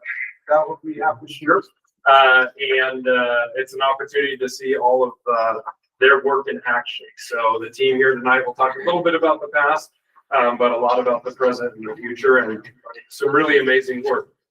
That's aligned to obviously board goals and missions and visions and values, but a careful analysis of what the school needs. So I will turn it over to Principal Wool. Are you starting off? Yes, thanks, Fred, and welcome Stephanie and Julian to the team. Fred, I just think about how to start tonight. Reminded that a year ago, tomorrow marks the anniversary of the son, Chancellor John Stafford. And while we're talking about improvement tonight, I'm an incredibly proud principal of our school and the staff that we represent, John that we represent, and our students and so forth. And so it's, framing improvement, there's vulnerability, right? There's vulnerability and sharing our weaknesses with the board and the community and so forth too. But with that comes so much pride and energy behind our students and our staff that we represent here tonight. And so, again, Stephanie and Julian, as you're new to the board and so forth, when schools come to present improvement plans, inside of those plans are kids, are classified, certificated instructional coaches and so forth. And we represent all of them. And so I am a very deeply proud principal of our school and what we do for our kids and our community. So I just share that tonight because that was for where our school was at that time last year, dealing with John's passing this year and everything else. So it's a lot. So, but behind that are all the great people, the kids. Great work, great outcomes. So let's talk about improvement. Let's talk about those pieces. To frame our school improvement efforts, actually we've been on this track for the last several years of looking at some disproportionate data and a lot of different populations and demographical pieces in our school and ways that we take it and to really be rooted in our values. So you'll see in our goals from last year and then our goals going into this year about what that really means to be rooted in our values and our goals as a district and as a high school, and to frame them in data, but also just to frame them in our kids and our learning inside of all of our classrooms. So Lisa's going to kind of take us through a visit into last year's school improvement efforts, and then we'll talk about what our plan is for this year as well. Just looking at our proportionality around our Black and African American students, our students receiving IEP services and MLL services, and looking at our failure rates, and really hoping to increase their belonging inside of our school. So, Lisa. Good evening.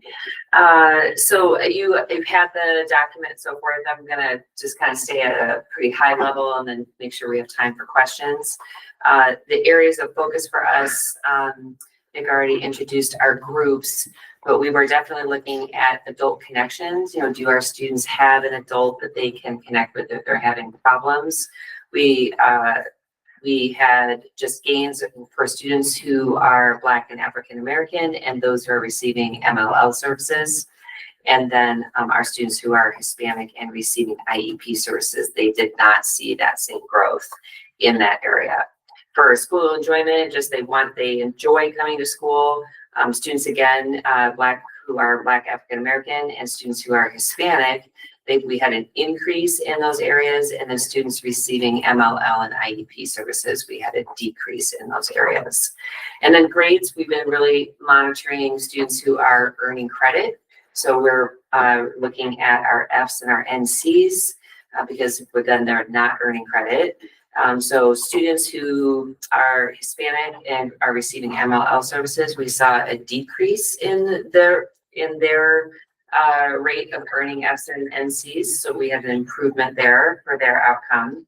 And they earned rates that were proportional to the percent that they're in our student body. And then for students who are Black, African American and receiving IEP services, that continued to show some disproportionality for us. So the summary just overall is that, all of our groups, we had different metrics that were showing improvement across all of our groups. However, our students who receive IEP services, they had the least amount of gains, and that really is kind of what drove and guided our SIP for this year for 25-26. So thinking about our growth areas and then ways we're going to kind of tackle it moving on. Kind of three primary areas, and myself and Matt will kind of hit on these. Prioritizing our standards. There's a lot of standards in each one of our content areas, and just really trying to pare down about what are the essential standards for our students to learn and really be able to matriculate and go on to their next classes and so forth. It aligns with a lot of the work that came out of our needs analysis that we've done over the last couple of years. And then to create some common language for our teams. So common rubrics, proficiency scales, access points for all of our learners. And then, unit design. So teams being able to design together. Culturally responsive education too is a big piece that we've had some teams go through some training over the last few years, but it does allow for us to respond to our students' needs and develop both rigor and responsiveness. So the training kind of gives us a chance to hit all of our learners inside of the classroom. And then Matt will talk a little bit about what Tier 1 kind of means and the kind of work we've already begun inside of our professional learning kind of roadmap this year. Yeah, thanks, Nick. Well, I'm really excited to be a part of this district. This is my first year, and one of the things that really drew me to this is the work that we've done as a district over the past few years in SIP. And what I'm excited about in terms of Tier 1 interventions in my educational career, I have been a part of something that's been so thoughtful and comprehensive as we're working with our teachers. And it's really based in John Hattie's research in particular, and high leverage practices that really help move the needle for student achievement. And at the end of the day, that's what we're in the business about, is educating kids. And the great benefit of that is, while we're certainly focusing on those that are struggling, these strategies and techniques help all students. They benefit every student that comes in front of us, and that's really important as one of our building goals and our values. And also, there's that piece of that this is moving towards compliance with the state. And what the state is looking for out of schools. We're hopefully getting ahead of that game and building something that is going to be comprehensive and long lasting for our teachers and for our students. So those are our school improvement focus areas and efforts. And so we invite the board for some questions.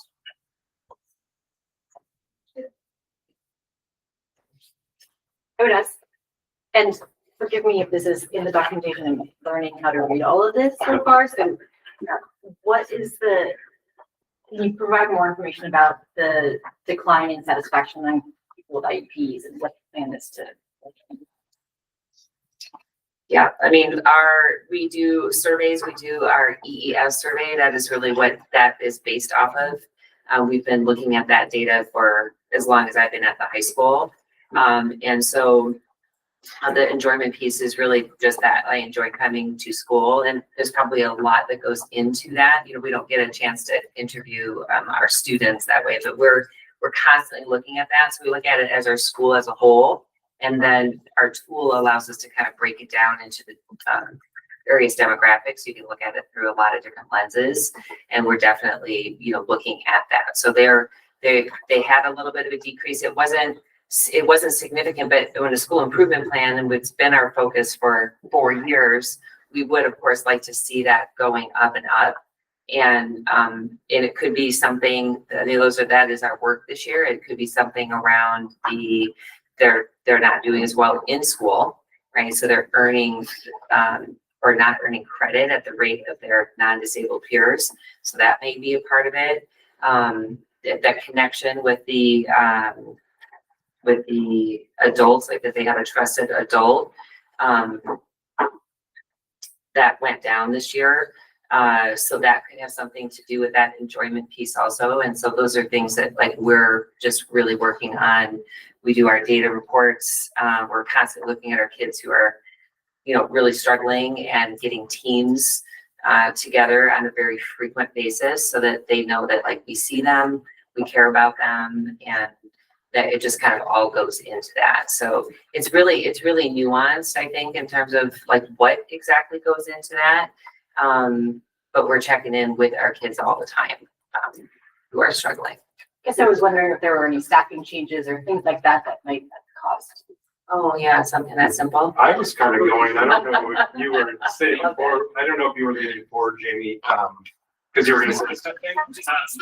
But if not, get ready.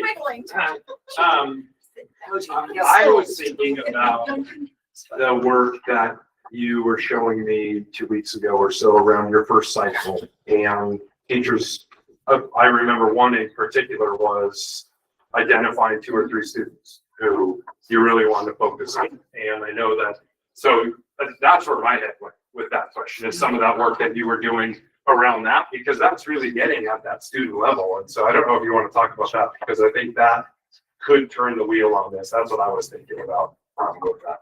So one of the things in the tier 1 instructional strategies, we went through an entire process of taking 48 strategies, narrowing it down, solidifying them, coming down, collating them so that we got to 15.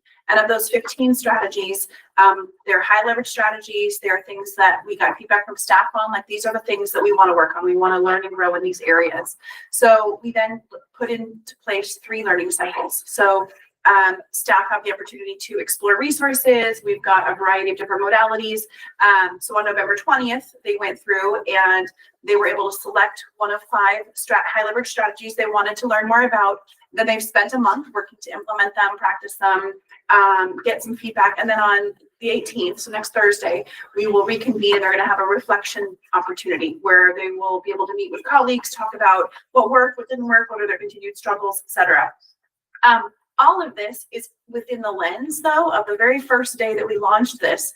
Every staff member selected at least 2 students that they felt like if they explored and learned some new strategies or thought about kiddos who were struggling, what strategy might they want to choose from each of these 3 cycles to really dive into? What would help that student? Because if you could help that student, it's going to help all students. And so they did, each staff member identified 2 students, and then they also had the opportunity to pick a class. Maybe it was 6th period. For some reason, their scores are lower than my other classes, or they seem to be most rambunctious. And so what might I be able to do or leverage as far as high leverage practices that would help that particular class or these particular students? And in doing that learning and going through this process, it will benefit all students. So those are really intentional actions, looking not only at the individual student, but classes of students, and then across the board for all students, really trying to look at practices that are helpful for all kids, in hopes of not only helping those who need it, but leveling the playing field for all. There was a beautiful moment where we saw staff members actually taking the pictures of the students to build inside of their workbook so that they can have a visual reminder of like, if there's Johnny Blue Jeans right there, and I'm thinking about this kid as I'm trying to grow my practice and so forth too. It's just to really make it personal for our staff as we take a look deeper at our practice. Okay. Julian? Yes, I have a couple questions around the idea of adult connection.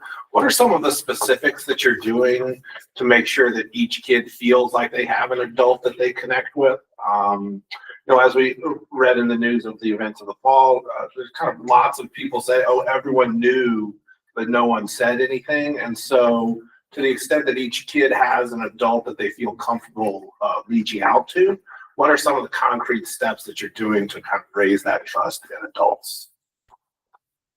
Yeah, I mean, I think that one specific area that we focused in on, Julian, is our Islander hour space. We like to say like name, strength, and need oftentimes inside of that. And so these are kids that will stay with that staff member all throughout their 4 years of school. So they'll grow with that group, freshman, sophomore, junior, and senior year. And then we really get a chance to know them closely, know their academic history, and they're not just their name, their strengths and what they actually need, where they're connected, where they need to be connected to, what services they may need to be connected to.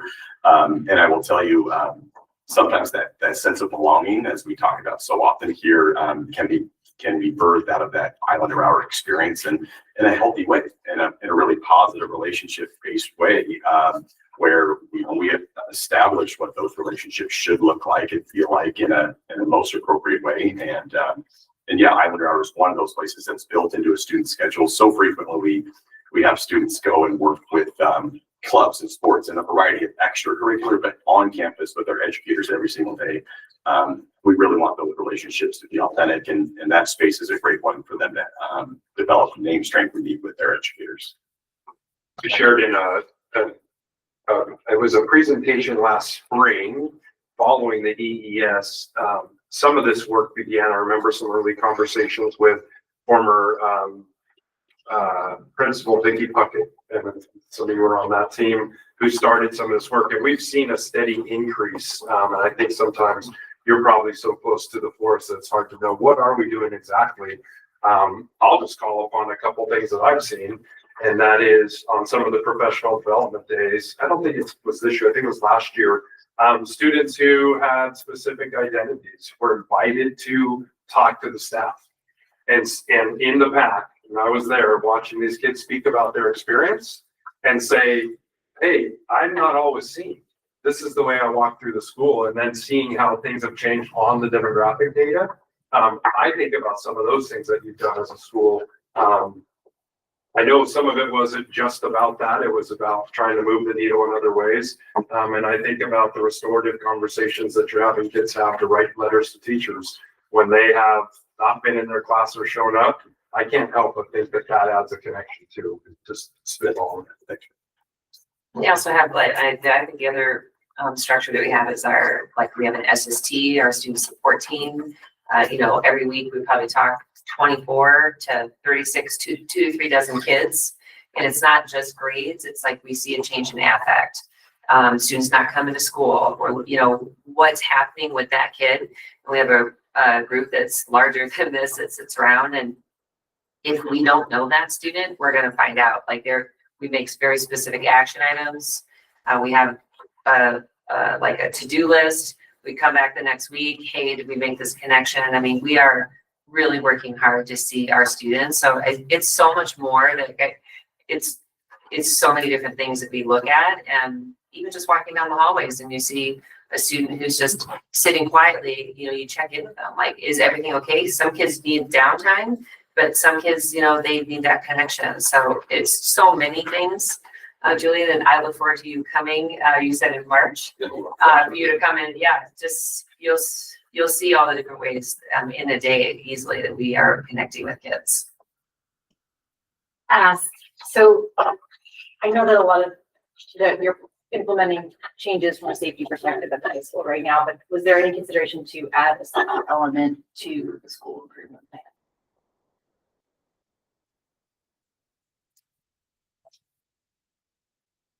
Such as Stephanie? Well, I mean, as far as ensuring that children or the kids feel safe, right? Ensuring that healthy student-teacher boundaries are, student-staff boundaries are implemented and followed, ensuring that there's education around that awareness, right? That I feel like there are, some concrete things that could be measured and implemented. I will say, while it's not maybe in our school improvement plan, like for our official document that comes forward to the board, these things are happening right now. Like, we're living this piece of how we're improving these practices inside of it, whether it's reporting, it's building agency with our students and our student voice and broadcasting that voice. There's a variety of ways that we are doing that. We just hadn't put it into our school. And so I appreciate that perspective.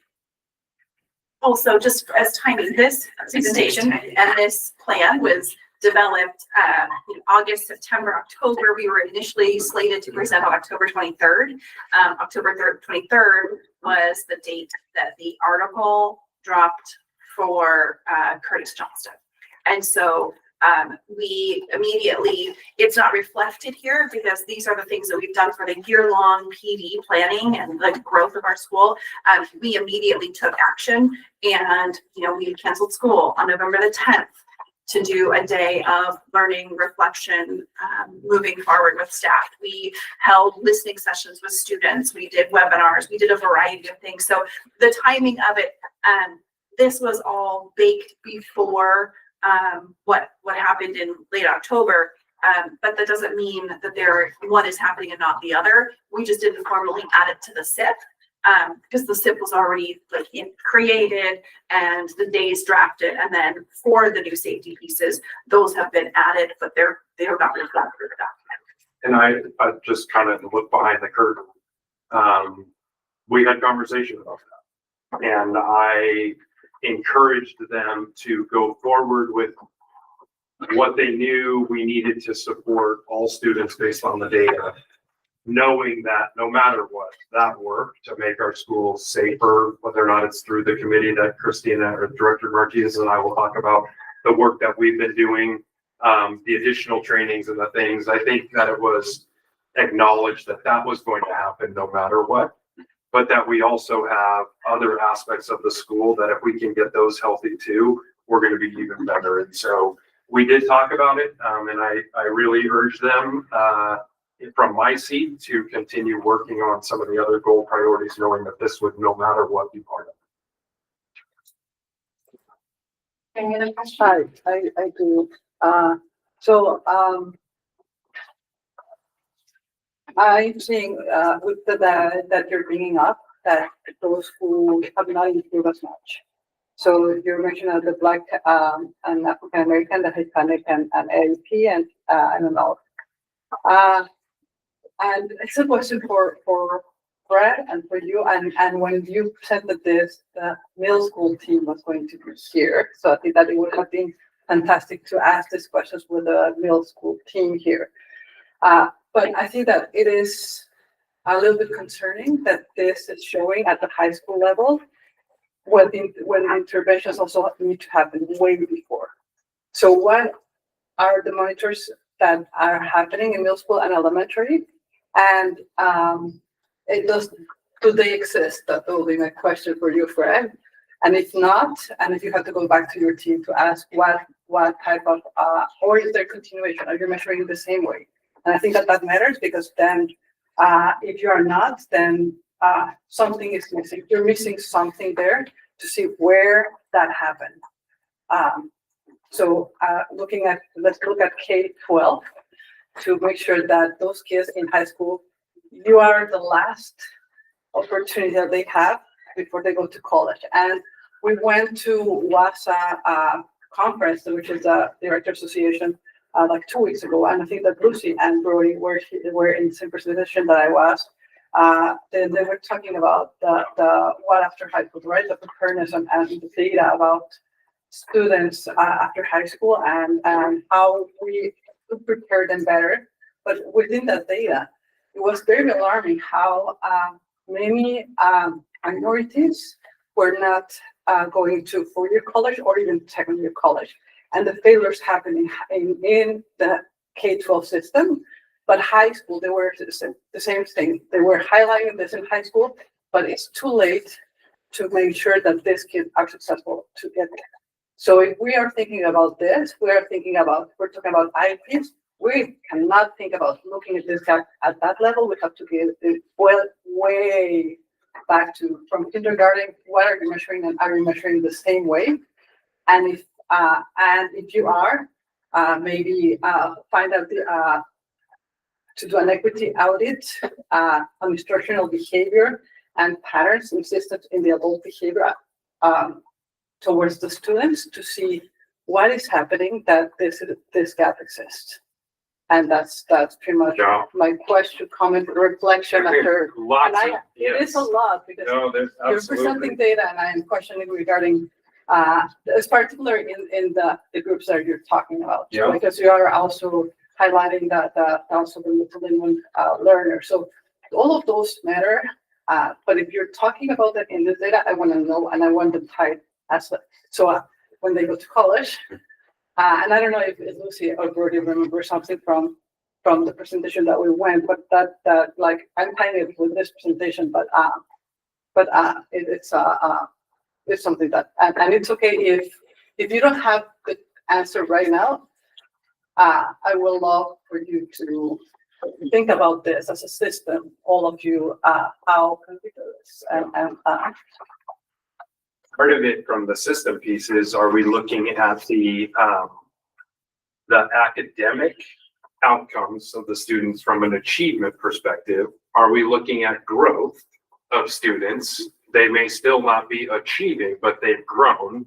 And then the third piece being, is it on the social emotional knowledge skills to be a student side? And I think each of the schools, as you look at their data, it shows up differently. I can think, and you're gonna see the elementaries, in a month from now. And you've got me thinking about how I can intentionally have them kind of draw some things in to make it, to bring it to life for you. Nova and I can do some work on that to kind of show you how that comes through. Because there are times when I've been with our elementary principals and they're looking at the data through the lens of how are our students who represent these different demographics doing, but not just on the achievement side, the growth side. Because a lot of our students achieve, but are they making a year's worth of growth? Whether or not they started a year behind or ahead of whatever demographic. So let me see if we can make a go at that when we bring our elementaries here, to see if I can't highlight some of that, and then we can continue the conversation. Sorry. Oh, I was just gonna mention that there were a couple of things that specifically we were doing over the last year that is a kind of a new approach, at least for our team. This past year in August, we got a chance to bring together a lot of our 8th grade teachers and our 9th grade teachers together to kind of prioritize standards and for them to collaborate and work together on kind of some shared outcomes for their learners and to really kind of bridge that transitional gap as well. And so our ELA teams did a lot of that too, to kind of think about anchor papers and what our 8th graders were learning and what our 9th graders were learning to see if we can find some similarities and growth areas and so forth. So bringing those teams together to help in the transition process too, that was one strategy for us to kind of take a look at. Because obviously 9th grade is such a critical year for our students. And so that was kind of a concerted effort for us to bring teams together from different levels. And it was a great partnership with IMS and hopefully that will continue. I think it's fantastic. I think that, I do like the improvement plan. I think that I'm questioning that portion because I think that even if they are measured differently by a school, I think that there should be a way that you can also maybe a measure that you can add with K to 12 to see exactly where, and maybe you will not see it there. Maybe you will have to do an audit, an equity audit, where if it's behavioral thing, if there's something, but and even I will jump even farther.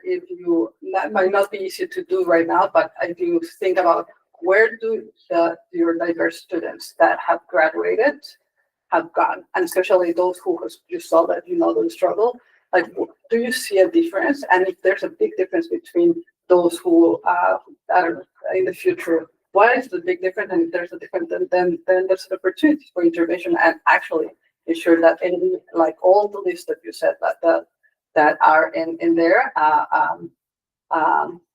matter. I think all the ones that have it's and we have a partnership with Seattle University through their data science department, who are going to be working with a whole host of our data, perceptual data, academic data. We'll kick off that work with them in January.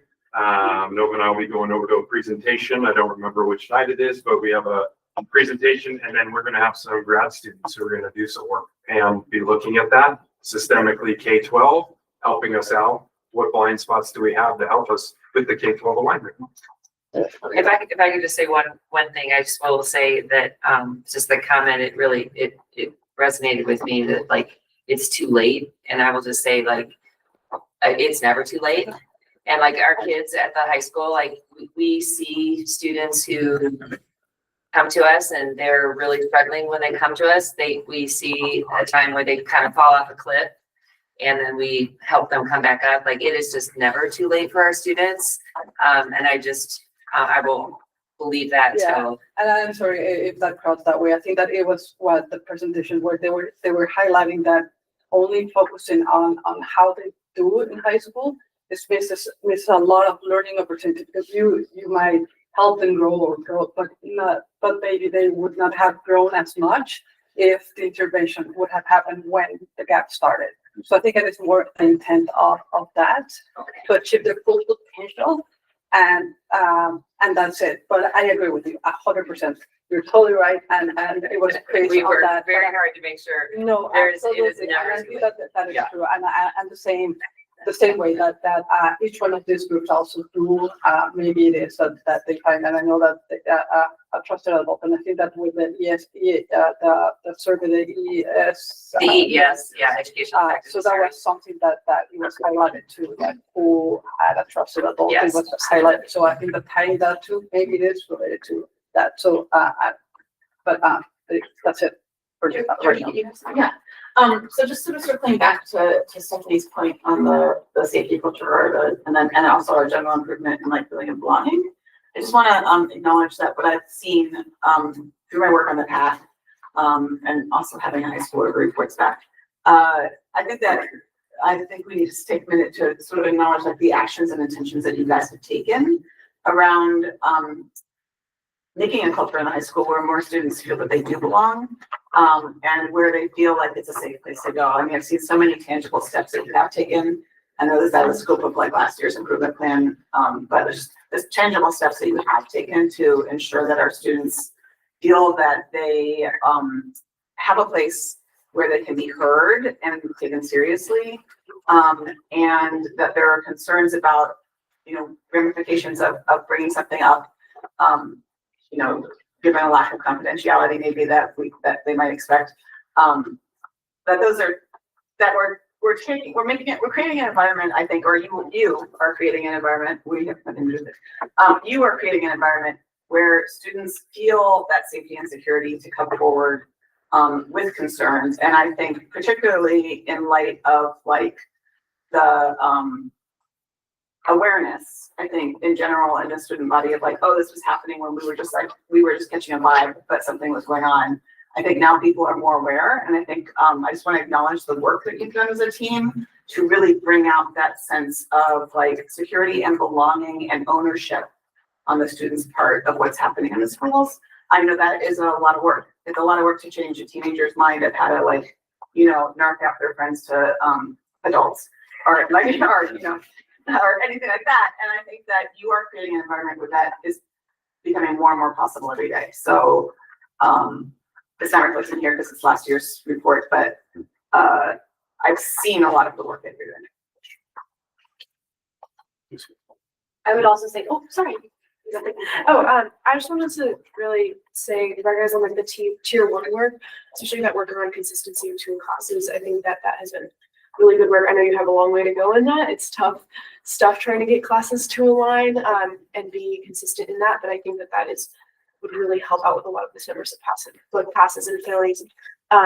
Just because that alignment between classes helps you kind of support each other between students. Like if if you have a friend in another class that's also doing the same thing as you, that's support there. So that work has been really great, and I'm glad to see that happening. So we have consistent rounding within the high school now, and I see work on consistently work policies. So that is definitely, I know, been some of the top concerns for a lot of students over the years is like one teacher that's a lot harder than another teacher, teacher shopping, all of that kind of stuff. So that work is huge work. I think it's really, really great. And students know those gaps, right, Lucy? I mean, I think that's again, and fortunately, I think to Jody's point of really trying to broadcast student voice, we hear from students, and being a part of like our team is trying to be responsive to our student voice of what we're hearing, and that alignment piece is really important. We want, a ninth grade class to be that same way, not necessarily lockstep, but it needs to be aligned in that way so a student can have a like experience as they go through our school. And so, we're working on it. It's tough work and changing some practice and so forth too, but really important work because our students are the ones that recognize this first, for sure. I agree. Also, having had you just went through the high school, and I think that's really fantastic that they're more consistent. I also appreciate that you mentioned going to working with the 8th graders as they rise up to high school, because I've heard a lot of feedback from people, and I shared my own concerns about how these kids are adjusting, and I know it's a big feat, and so I appreciate that you're working with the 8th grade teachers and encourage to keep doing that. And, just make sure those kids are able to are fully prepared when they get to. Absolutely. Thank you. Anyone else? Well, thank you for doing that. I know there was a lot of work during the year, so yeah. Let's see, right.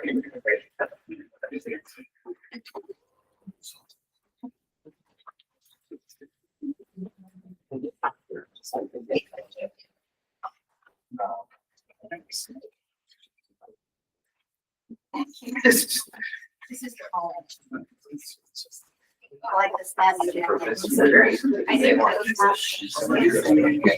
Oh, why? Yeah.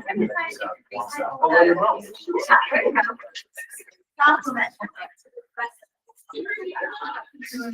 Okay. Just makes it stays flat. Well, everyone's attention back. We'll be moving on. We're going to keep going with section 5. So we're moving on to board policy 1807, financial board. Yes, I would like to turn it over to our Assistant Superintendent of Finance and Operations, Matt Sullivan, to walk us through where we are.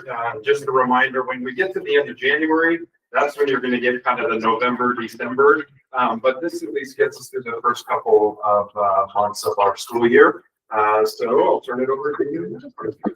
Thank you. Welcome, Director Burnett, and to kind of dovetail into Superintendent Rundle's comments. You received, obviously, through December at the end of January financials, and that's just how the meetings land, let alone the financials we receive from King County. They serve as our ex officio vendor, and we don't really receive our, we don't receive our financials from them to reconcile to our books until usually the 9th, 10th, 11th, and 12th of each month. So if you do the scheduling now, you see why we present just through December through January. So what provided to you is the financial dashboard or monthly financials through the month of October, along with the budget status report too. My notes are a part of the board docs. This is what I prepare to or present to you. We're through October, 16.6% of the school or fiscal year. Expenditure is about 17.1%. This is obviously slightly over month over month, and will kind of even out as the months go along. This is typically due to start of the school year, whether that be purchase of curriculum, hardware, software, also some very large bills that come due right at the start of the year. In particular, just about 1.2 million. And I asked for half of it up front, and then half will be paid in April. So you see that kind of bump of expenditures in the first couple months of the school year. Revenues are about 18.3%. This is fairly typical as we see an increase over that 16.6% measure due to the receipt of our local taxes in October. That's our EP&O and Cap Tech levy. And then we receive also that bump at the end of April. I'll speak a little bit more about that towards the end of this presentation, but I'll describe the split and how we kind of track that. And then I look at, to present to you, to prepare for you, I look at revenues and expenditures. I look at month over month, September to October, and I kind of take out what are some transition or changes, either increases or decreases.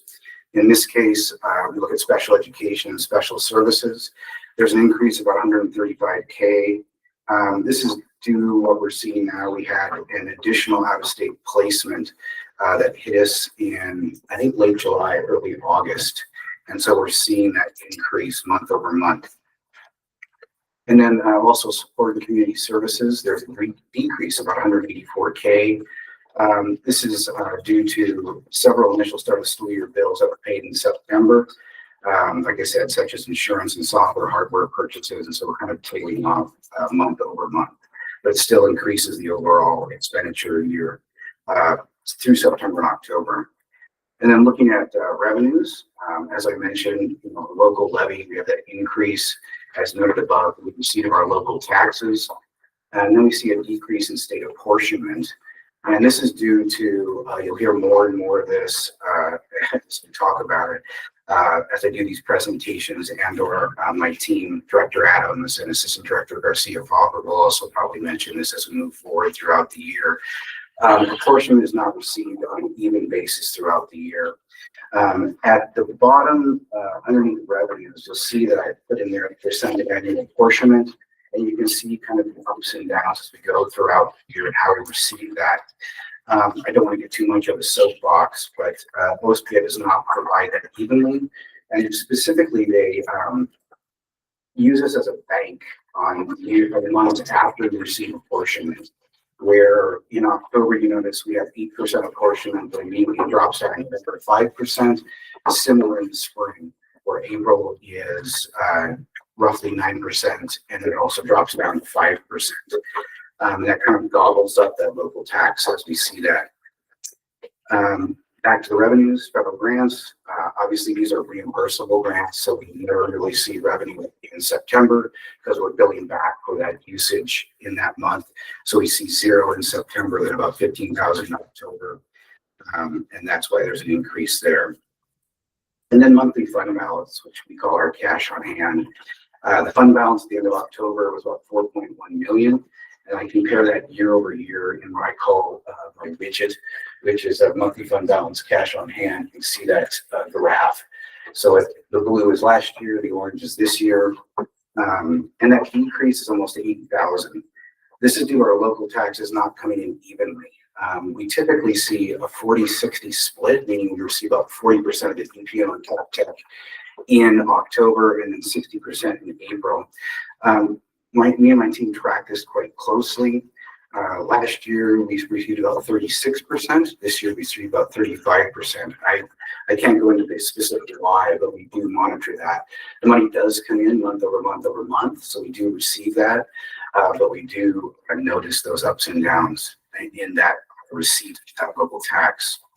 And that's it. I can answer questions for you if like, or if there's anything to add.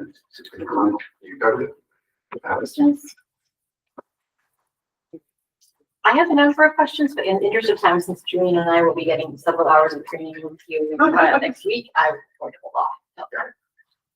Do you feel like there's a, sorry, do you feel like there's a effect of like sort of like general inflation and any tariffs or anything that have like sort of tend to say us generally more in our understanding, or have we not factored that yet? Great question. We are seeing increases in MSOC material supplies and operating costs. Of course, we have the large bump in benefits for this year, let alone we're seeing utilities increase. We were really worried, bond didn't pass that. When we saw the bond, we knew that there would be some major increases in tariffs with materials and supplies if we were doing construction. But obviously, sadly, it didn't pass.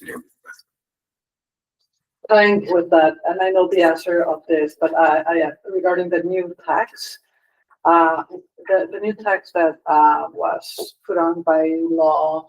The services for professional development and sales tax. Sales tax. Yes. So I cannot recall if that was budgeted in that, or it was we are just seeing the impact now, just like the other district with that. Yeah, we didn't budget. So it was so late. There was an initial reprieve from school districts, and they're still, as you know, in debate as opposed what is are we exempt or not at this point. We have not seen any impacts except for some minor conferences here and there. I know the larger districts are really getting hit at a large scale, but so far we've not seen a major impact. Yes, but enough, but not. Yes, the larger districts. I think our contracted services with OTs, PTs, SLPs, we've been able to minimize those this year because of some great staff we hired. So that has really helped out. And that's testament to the team. And I know that's where some of the other districts are getting hit is on contracted services, and we've been able to keep those to a minimum. Which is fine with the answer portion for that. Yes, that's it.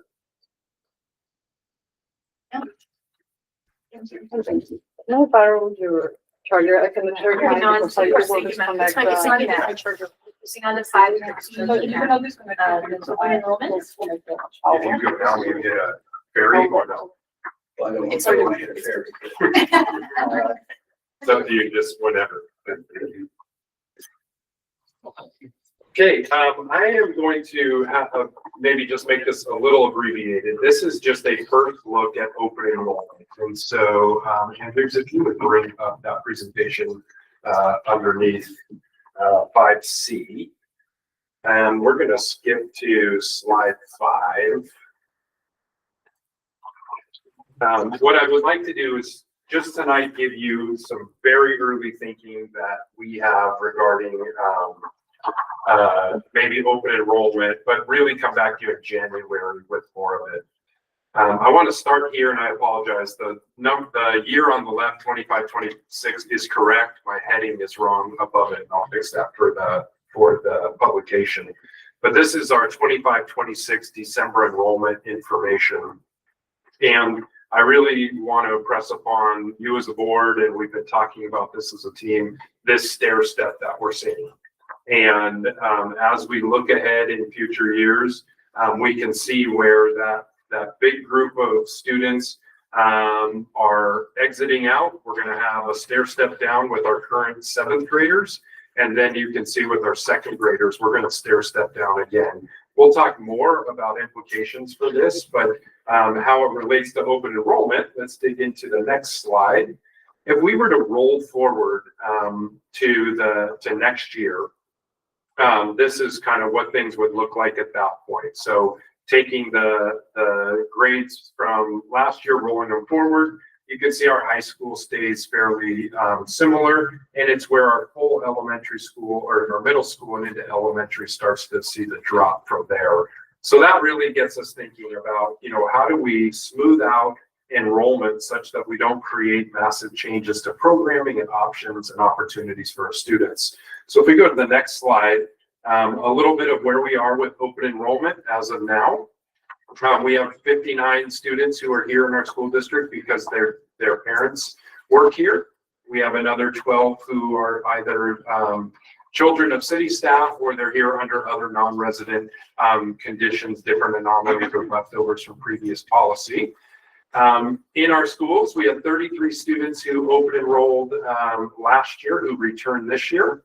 And then we welcomed in 40 new open enrollment students this year for a grand total of 144 students, which is 3.7% of our total school population. Already, and Michelle was here way too late last night, but trying to stay ahead, we're already getting lots of requests and inquiries. You can see we have 58. That doesn't mean they're applicants because we're kind of holding them off. I believe March 16th is the next date. But 59% of those students who are looking to want to come here are 9th graders. So we have a fair number of students already who are looking at our schools. I mean, they will be 9th graders. They'll be 9th graders next year, yes. And so as we look then down to the next slide, this is really kind of some early forecasting. My suggestion is to think a little bit more globally about siblings, but really our elementary schools to remain closed, have our middle school open, and then our high school to have limited open, or we still hover around the 340 to 350. And then thinking about pathways as a program and making sure that we are clear that program is full, and due to financial reasons, that would be a program closure. So that's my initial thinking. I'm going to come back to you in January when we get even more numbers solidified with some more maybe concrete recommendations. And that's important because it is my recommendation to you, but by board policy, you are the ones who determine whether or not we're open or closed to open enrollment. That's important because all of the students who are inquiring, once they go to apply officially, we have 45 days to make a decision on that. So we're going to need some direction from you in January, and I will take any questions now, or you can email them to help with the conversation as we go along. I appreciate the sort of like thoughtful and targeted way that you approach open enrollment every year. I think it's really maximizing the benefit to our schools to like help maximize the program. My question is, if you already have like 58 inquiries about the next grade and we're at sort of limited open, what will we do if, like, say, a large number of those people actually apply, but we have much fewer slots? Like, how do we make that decision? Yeah, so it starts off on and really the first people to apply are at the top of the list, and then we have a wait list that goes all the way down. What we're going to be asking you to consider with some future policy changes is we also have some siblings that are in there, and it's not that we want to give them absolute benefit or guarantees, but we want to give them a little bit more priority so that we're keeping families together. So we're going to be bringing some policy changes. Michelle's been working on that for your consideration, but it truly is a wait list. Keeping in mind that some students are also applying to multiple private schools. and they're hanging on. And so some of them might get into a school that they were hoping to. And then Mercer Island's no longer their option. And then we just keep working down the list. Literally, it goes through into the fall, and we were adding students into the fall this year. As we've had space available, we have families who are more than willing to transfer here after 3 weeks into the school year because they really see the value of our school district. I am just hope that with regard to sibling admissions, like obviously it's great when siblings can attend a school together, district together. It's easier for transportation, for the family, et cetera. But I hope that we can just be judicious in how we do that. So no like guaranteed every sibling you ever have forever in the future. None of that. But it just like we learned from that. yes, okay, just like the idea that like you can put a little weight on that, Yes, absolutely. but not. Yes. We lean into the clause of that we maintain the right as a school district to make some of those determinations based on extenuating circumstances, not set in stone policy that sets us in one. That's great. Yeah, this has been very helpful the last few years. So along those lines, just out of curiosity, if you admit two siblings, right? And then one of them is in elementary school and then the elementary schools, for some reason, you don't want to include them. Are you willing to say one sibling can't attend in the future and the other one here? Yeah. And it could happen that there could be, or maybe the student has some needs that we, incur a financial burden on. And that would be a reason why we could deny as well as attendance or behavior. And those all come up, and that's why it's a year to year. We do tell families, look, we're not looking to bring you and then bump you. We are trying to make a commitment, but there are extenuating circumstances that if they were to arise, we wouldn't be able to bring all students back. Any other questions? All right. I recommend that we defer 6A until the next meeting.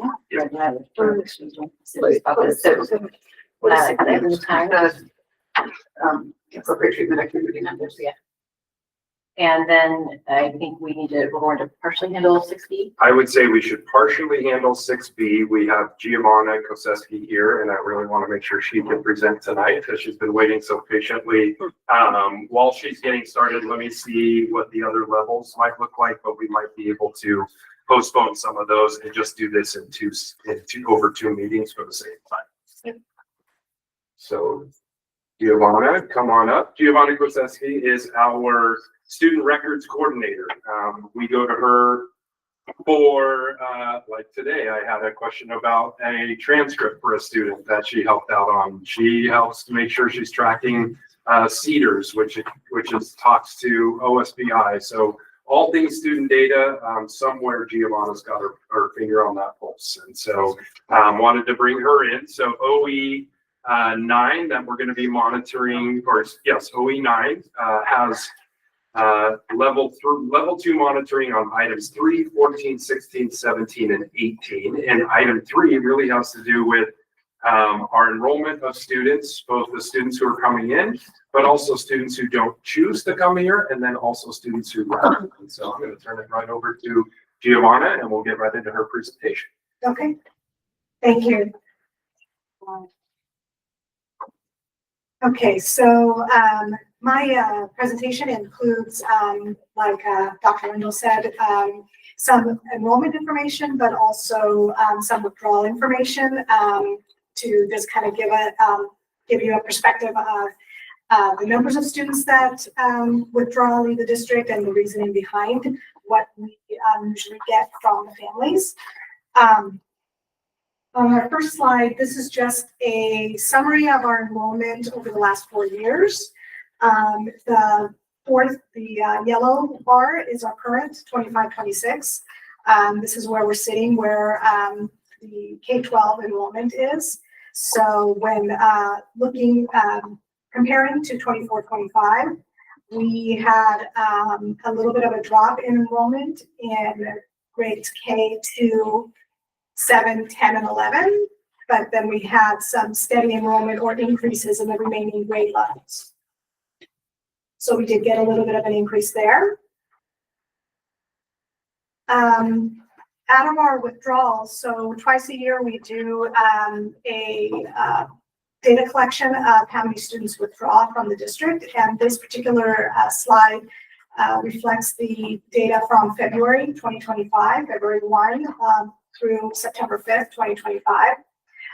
We had 203 students that withdrew from the district, and we disaggregated them based on the most common reasons. So almost 59% of them moved out of Mercer Island. So that could be either within the state or out of state. We had a little over 7% that are pursuing alternate education options, homeschooling, online schooling, that kind of thing. Then we had 15% that went to a private school. And then we had a little over 18% that are unknown or other. Sometimes the parents don't disclose to the schools where they're going. And so we don't have a way of following up. And that's that category. The next slide is the same information, just in a different format. Like I said, a majority, a little over half, have moved out of the district. Just to confirm, that means they completely went off the island. Their residence changed. We're not 100% sure that they actually physically moved, but they've gone to a different school district. So they could have gone on a choice transfer to another school district, or they may have moved out of state. They don't typically tell us that. A lot of times we assume because they'll tell us, Snoqualmie Valley or Bellevue or Edmonds, but we don't know that for sure. We don't have a lot of choice transfers though, of students from our school district into other school districts necessarily. We have a handful of students. But it's not, I mean, a lot of the 58 or that 58% are actually majority.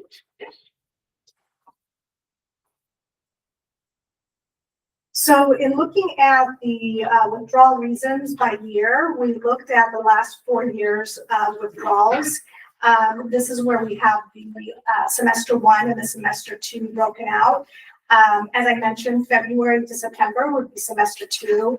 And then we have September to February would be semester 1. So for the 24-25 school year, in addition to those 203 students we had in semester 2 that withdrew, we had another 52 that withdrew the first part of the year. So we totaled 255, which is an increase from the previous school year. And we're seeing numbers that were similar to the 21-22 school year. Again, the majority of the students moved out of the district. These are the actual numbers versus percent. So we had 15 students that are pursuing alternate education, and 31 that went to private schools, and then 38 that were unknown or other category.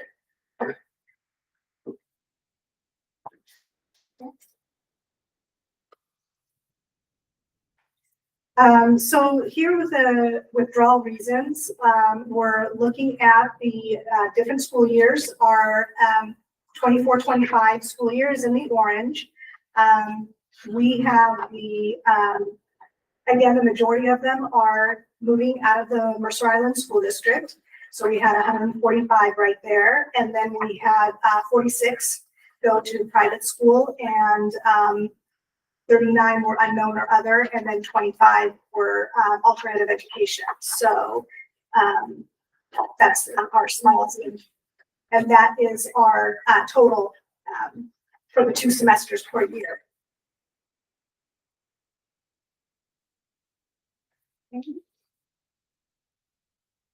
This slide represents the new enrollment versus withdrawals. And when we refer to new enrollment, we're looking at students that are coming back. Either they were in our district previously and are returning, or they are brand new to our school district for this school year. So they were not attending last school year. And that is referenced in the blue bars. Those are our new students. And then we're comparing to the red bars, which are the students that withdrew.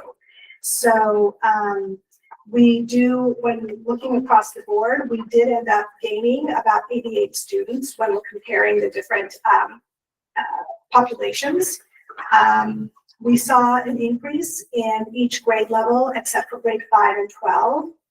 And when you take out kindergarten and preschool withdrawals, sometimes that particular number is also included in the totals, but if you take that out, there's 183 withdrawals without the kindergarten and preschool students.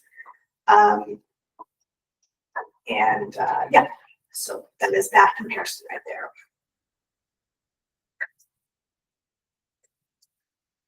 This is the student withdrawal trends. So when looking at that semester 2 timeframe, February to September, we put together this different school years starting with 2019. And then here are the number of withdrawals we had during that timeline.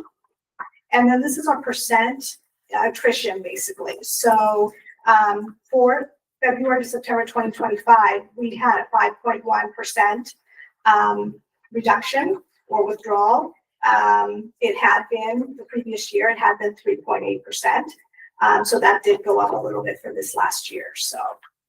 And keeping in mind, this slide does not account for all the students who move in behind them to replace them. So this is just students out, not what replaces it. So otherwise we'd be seeing a significant decline in enrollment, but we don't because we enroll a lot of students too.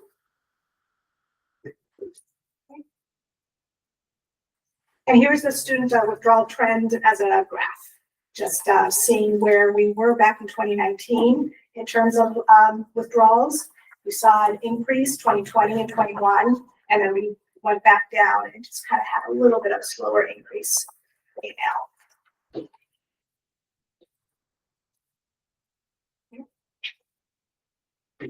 The next section of the presentation is specific on the private school enrollment. So private schools, these are the last 4 years of private school enrollment.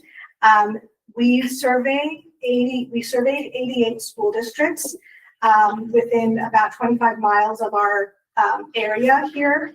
The reason the number of schools is less is because there were some schools that either combined or schools that didn't report at all because they're too far out in terms of city limits. So we ended up just using the 88 schools that we typically would get a response from. We had one school that didn't want to answer the question. So we sent a survey to the districts and we asked them to get a number of students that live in our area that are attending their schools. And so that's the return response. We had 31 of those 88 schools that did not respond. We had 56 that did respond. And so that is an increase in response. The person, Heather Ross, is our admin assistant here in the building, and she sends the request out, and she sent it out actually as personalized emails to the schools. So she felt that helped in getting a better response from the schools. So about a 63% response rate on the school enrollment. And so that gave us a 485 total student enrollment in private schools.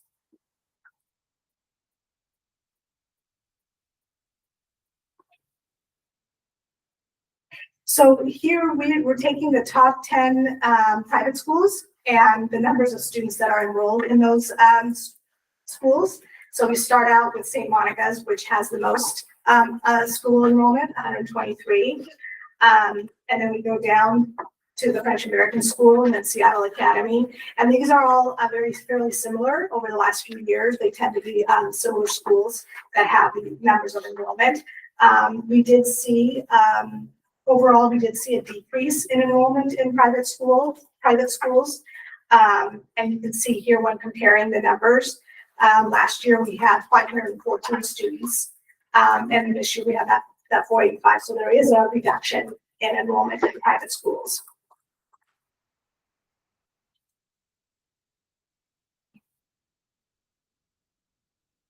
This is a historical data comparison of the last 3 years and private school enrollment. The brown, I know it's kind of a tiny slide, but the brown bar is our current numbers. And then, like I said, there was a decrease, mainly a decrease in enrollment. The only three schools that got a little bit of an increase were St. Monica's, Lakeside, and Bush School, had a little higher enrollment than the previous year.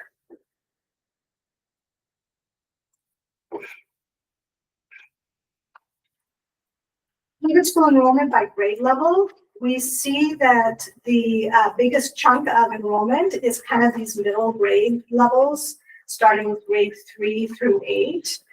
We see lower enrollment in private schools in the secondary or the higher grade levels, the high school grade level.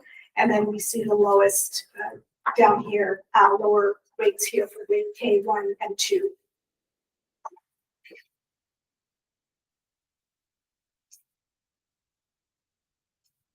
And this is comparing over the last 4 years of private school enrollment by grade level.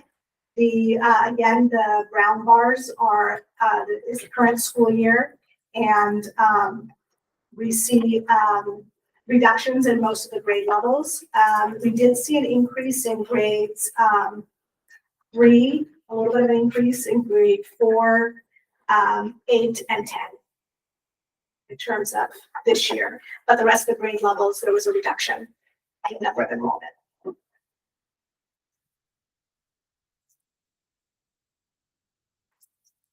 And here we're outlining again the last 4 years of enrollment in private schools. And this column right here represents the change, the amount of change in the MISD total enrollment for those grade levels versus the private school change. So we see the numbers that are in red, a reduction. So from the previous year, like grade K, we had 30 the previous year, but only 27 for this year, reduction of 3. There's only, there's one increase in grade 3. There was a fairly significant increase in grade 8, and then a small increase in grade 10 for private school enrollment.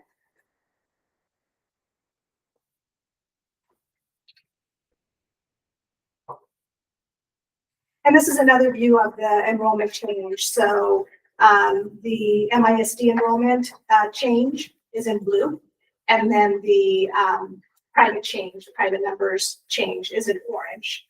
So comparing those.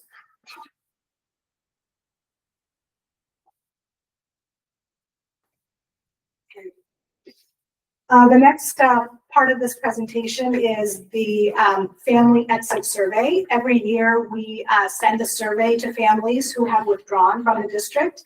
That survey goes out usually in August or September. It gives the opportunity, the parents an opportunity to respond as to if there's certain reasons or why they might have decided to leave the district, and possibly give us some feedback, suggestions for work in the future.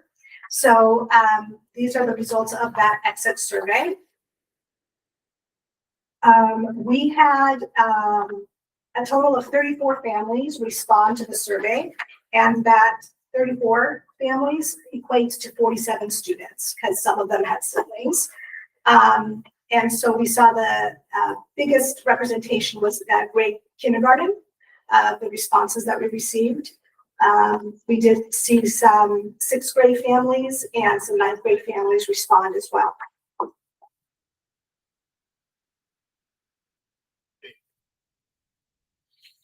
In terms of the exit reason, we basically disaggregated between the 3 primary categories. So either they moved out of the school district, they went to private school, or it was an unknown. So it looks like about 2/3 of the families moved out of the district, and then almost 1/3 was they went to private school, and we had a small 2% that they didn't disclose where they went.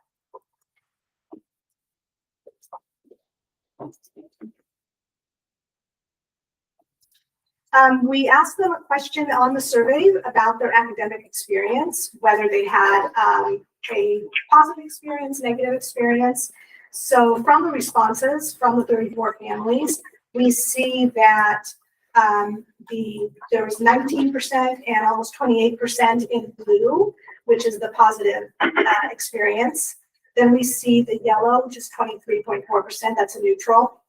And then we have 19.1 and 10.6 that reported that they had a negative experience while here.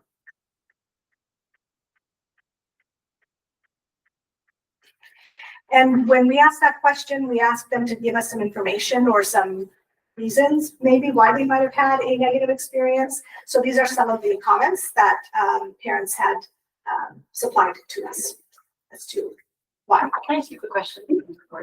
Is there, do you have the data to correlate between, for example, the families that had a reported a strongly negative experience to which reason they gave? Or for all of the categories? We could do that by a content analysis on that. We don't have like the actual comparison side by side for this. On the back end of the data, if we look at it at the raw data, then we can see if this family chose this, then it wasn't that or whatnot. So on the back end, yes, but you can't decipher through this particular data set. Okay. Is that really difficult to get that information or? Yeah. Okay, yeah, I'm curious. I'd love to see that. It seems interesting. Yeah.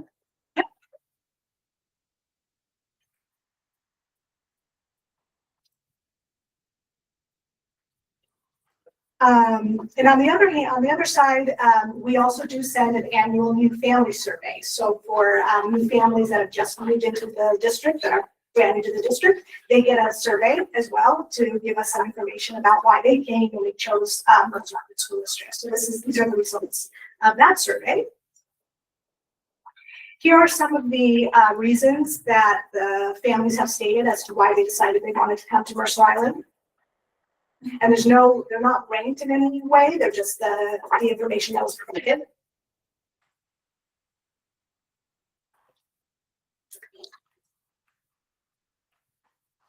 And here those reasons, some of those reasons are actually ranked a little bit here. You'll see that the biggest reason that families chose Mercer Island was their rating, the school district rating, but also reputation and quality of education.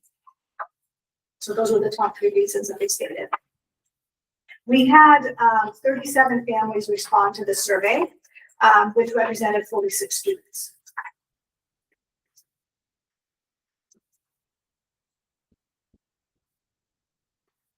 And the enrollment by grade level, those 46 students that were represented, the majority were kindergarten. We have 13 that were kindergarten. We did have 6 that were 9th grade. We also have 5 that were in 6th grade, and then kind of sporadic throughout. Is there a question on the survey about these new families, if they are new movers to Mercer Island, or like for 9th grade, were they local families that had been enrolled in some other school or middle school and then re-enrolled for 9th grade? The next slide, you can kind of pull some of that out of, where we start to look at, obviously if they're public K-12 school in Washington, it's likely that either they're open enrolled now, or they might have moved versus the private school. That could be someone who is in private school, but that might be a family who's here. So we can pull a little bit out of that. Our registrars probably know that better than I. Yeah, they probably, they don't code it anywhere in the system, but they do know that with the families a lot of times.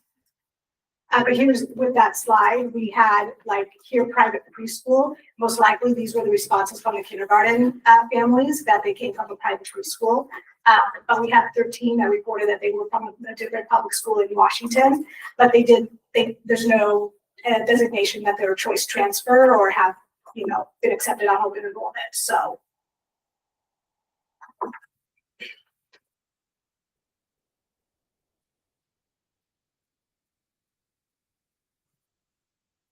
And then the next one also, as Giovanni gets into it, also gets at your question to a different, in a different way now. Yeah, there is a question, did you move to Mercer Island specifically to attend the district or district? And 37% of the responses said yes, they specifically came for this school, this district. 32, almost 33% said no, they did not come specifically for the district. And then it was part of the decision. 30% said it was part of the decision.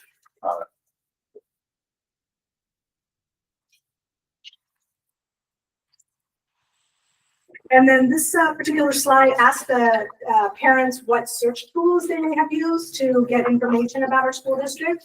And the most used tool was the Mercer Island School website. 24.2% of the families reported that they used the website to gain information. 21% reported friends and family, information from friends and family. 18% mentioned Google search. A lot of the families reported multiple searches, multiple search tools. We even had someone who used ChatGPT and got some information. So that's how they got positive information. This is a great one because if you recall in the Strategies 360 feedback, the number one place that families go for information are friends and neighbors, and even our families who don't even live here. They go to their friends and family who must live here. So we know there's that, there is still that connectivity of why people are coming here. They're looking for that connection. Really are. Fred, and this is actually a question also for Ian. Do we have sort of the equivalent of a view book on our website for people that are looking at school districts, like, that would be compared to like a private school view book of why Mercer Island? We have analytics, Google Analytics that track people that come to the site, but we don't have anything that I know of. Maybe Andrea would know better. Well, I think you were describing the public cultural profile. Yeah, the school profile. Yeah, the school profiles are decreased. The printed PDF school profiles. Yes, so he's asking, is there a marketing?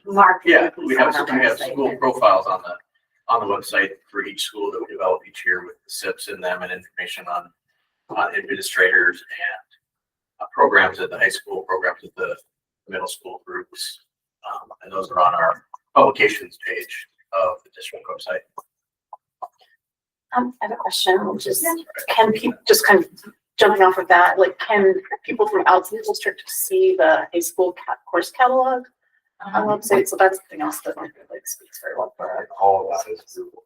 Yeah. And IMS has a course catalog too. They introduced it just recently last year. So there's a digital course catalog for the schools. Yeah. This is really great data. Thank you. Can I just ask one question? So sorry. Do we track how many kids that left the district have IEPs or 504s or are part of course 33? Like ask the question, like what services are you looking at, so we can actually see how we can improve our education on our end. So that was. But do we have that data? I mean, We have data. We haven't been using that to track the withdrawals, but we do have data that we would be able to probably pull out of the system of students who withdraw, whether they had an IEP at the time of their withdrawal or not, or if they were multilingual.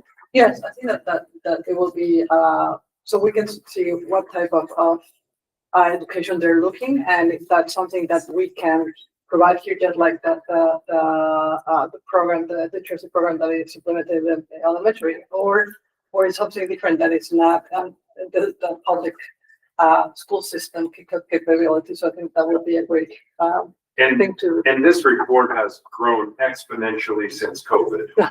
Pre-COVID, if you were to pull these, there were a few things on here. We've really added some. It might be worth a look for you as a board to say, maybe there's some stuff we're reporting that you're thinking, stop doing that because we'd rather do that and focus, or maybe you want to add to it. So I would love to participate in that. And when you do your language review, probably not the next meeting, I would suggest we probably put it onto a study session at some time to look at, are we collecting this right information?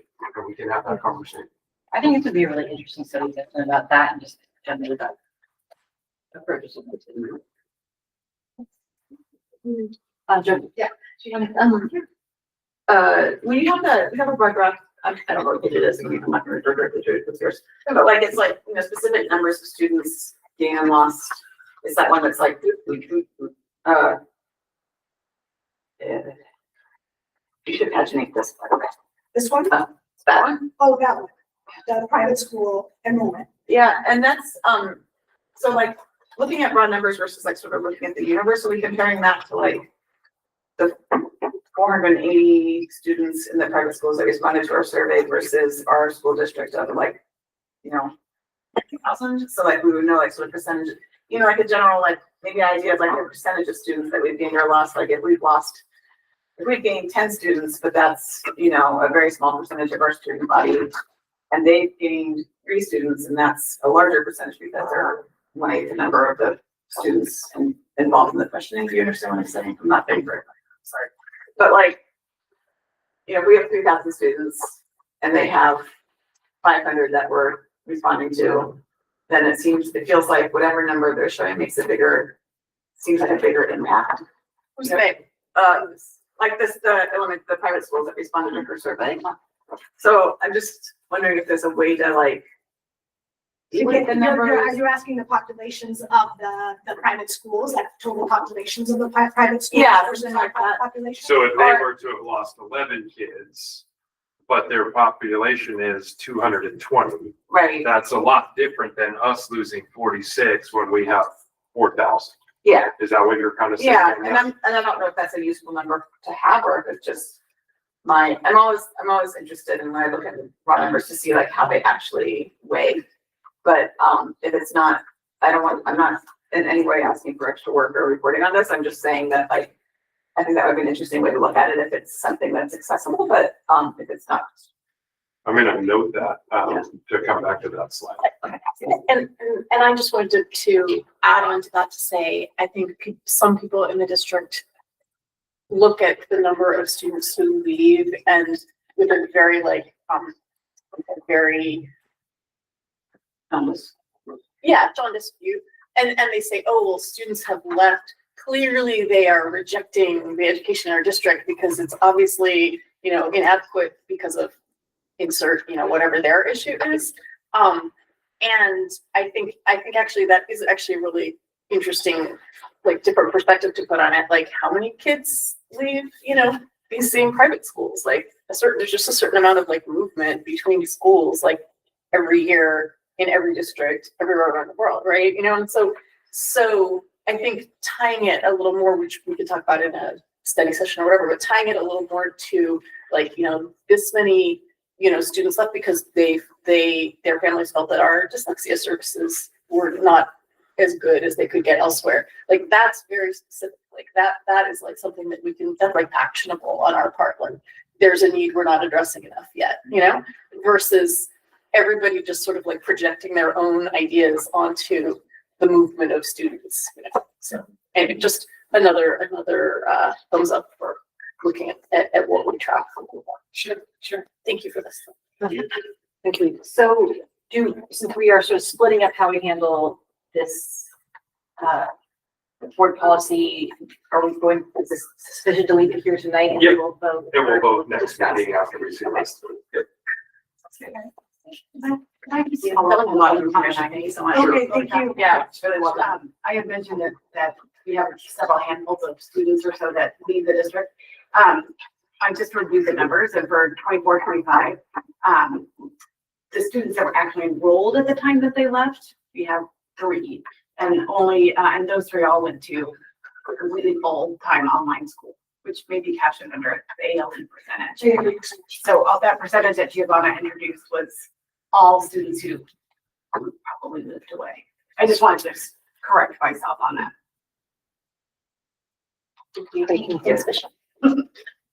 All right, so would now be an appropriate time to go back to the committee assignment?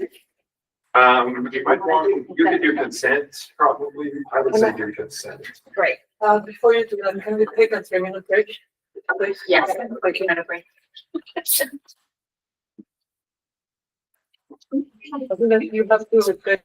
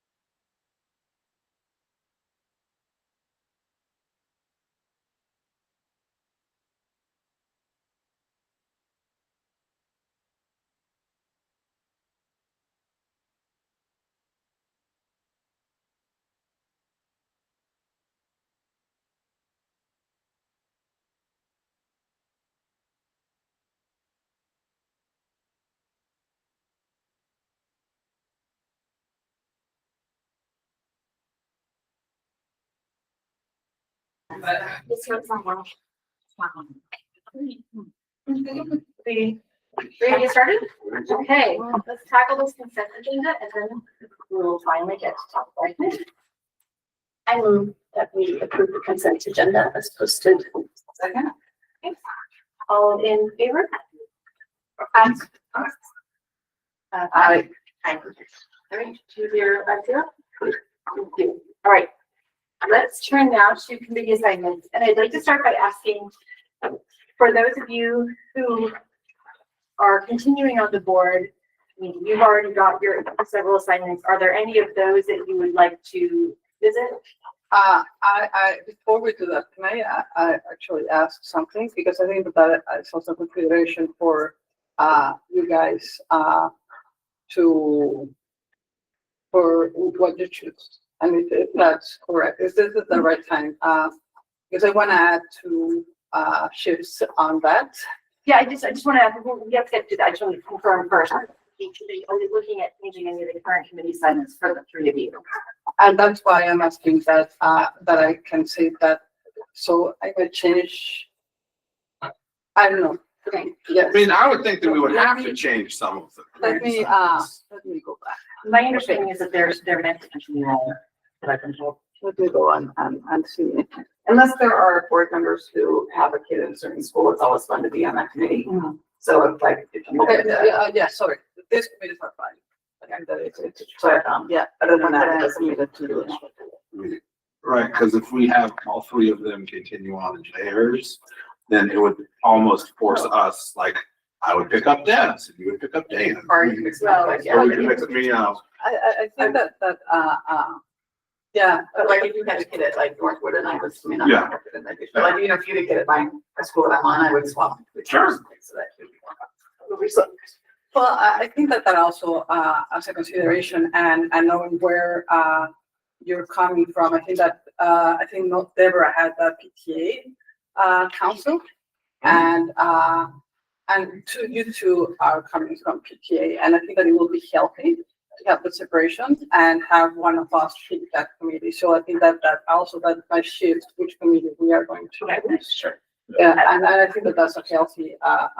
Do we want? Yeah, absolutely. Yeah, I'm not saying that, yeah, by any means that I should take Deb's and Julie should take me. I just wanted to clarify if we were I think going we'll to be use all of more them or not. easier if we go by one by one. If we can remain the same, it's totally fine. But at the same time, I think that Okay, just if we because need of to go that, through all of them, then yeah. if one picks one and they have to drop another one, or I don't know.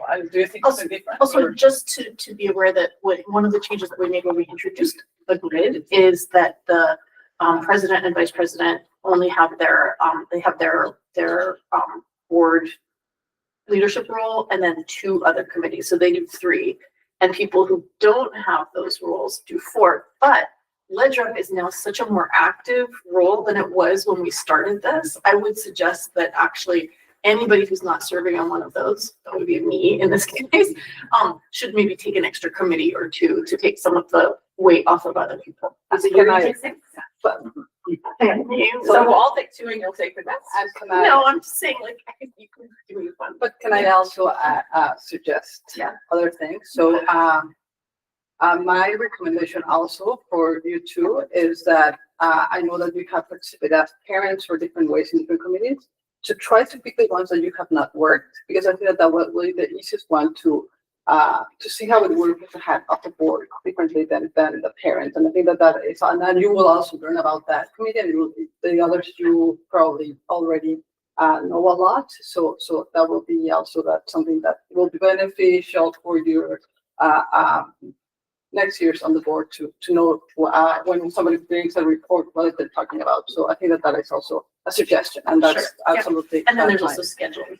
Yeah, of course. Yeah, Schedule come first, and then because I think that if you can choose one, but if you cannot, and it's not worth. But then I also have then my 2 asks. Go ahead. You're making this long. No. I'm so sorry. Yes, I'm so sorry. I know, but I do want to ask that I am in the safety committee, and I want to add another board member to that committee. And I just have a specific ask. I would love if Stephanie will join in that committee. But that it is, that's my ask if it's possible, but I know that this is a discussion also. So I am asking that I would love to have another board member there. And then the other one is that I have a lot of work.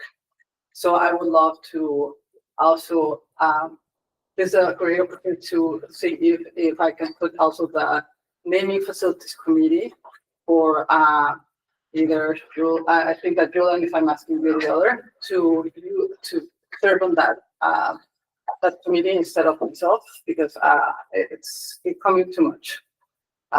And really also both of those committees should be added to this list Well, just for this I mean, one I was year. just gonna say that underneath this, can we just add an ad hoc committee Yeah, list of, yeah, you know, because things will come and go yes. over time. Okay, so we're going to start,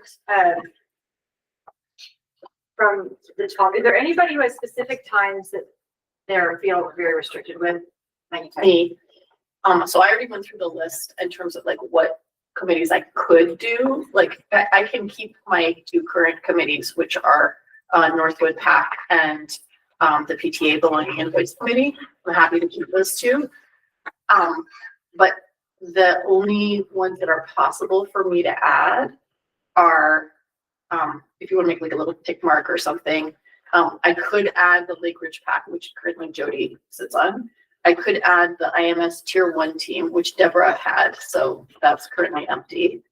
I could add the MIHS PAC, but I know that Jody wants to keep that.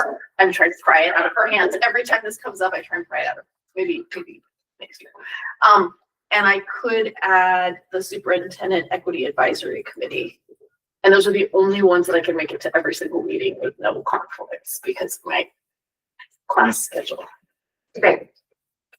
Okay, and I am talking about a safety committee up for joining me. I think that sounds great. I don't know if we need to have more discussion about that or not. I'll just say It's up to you. Yeah. It's fine by me. Maybe a thumb up, thumb down. I just wanna,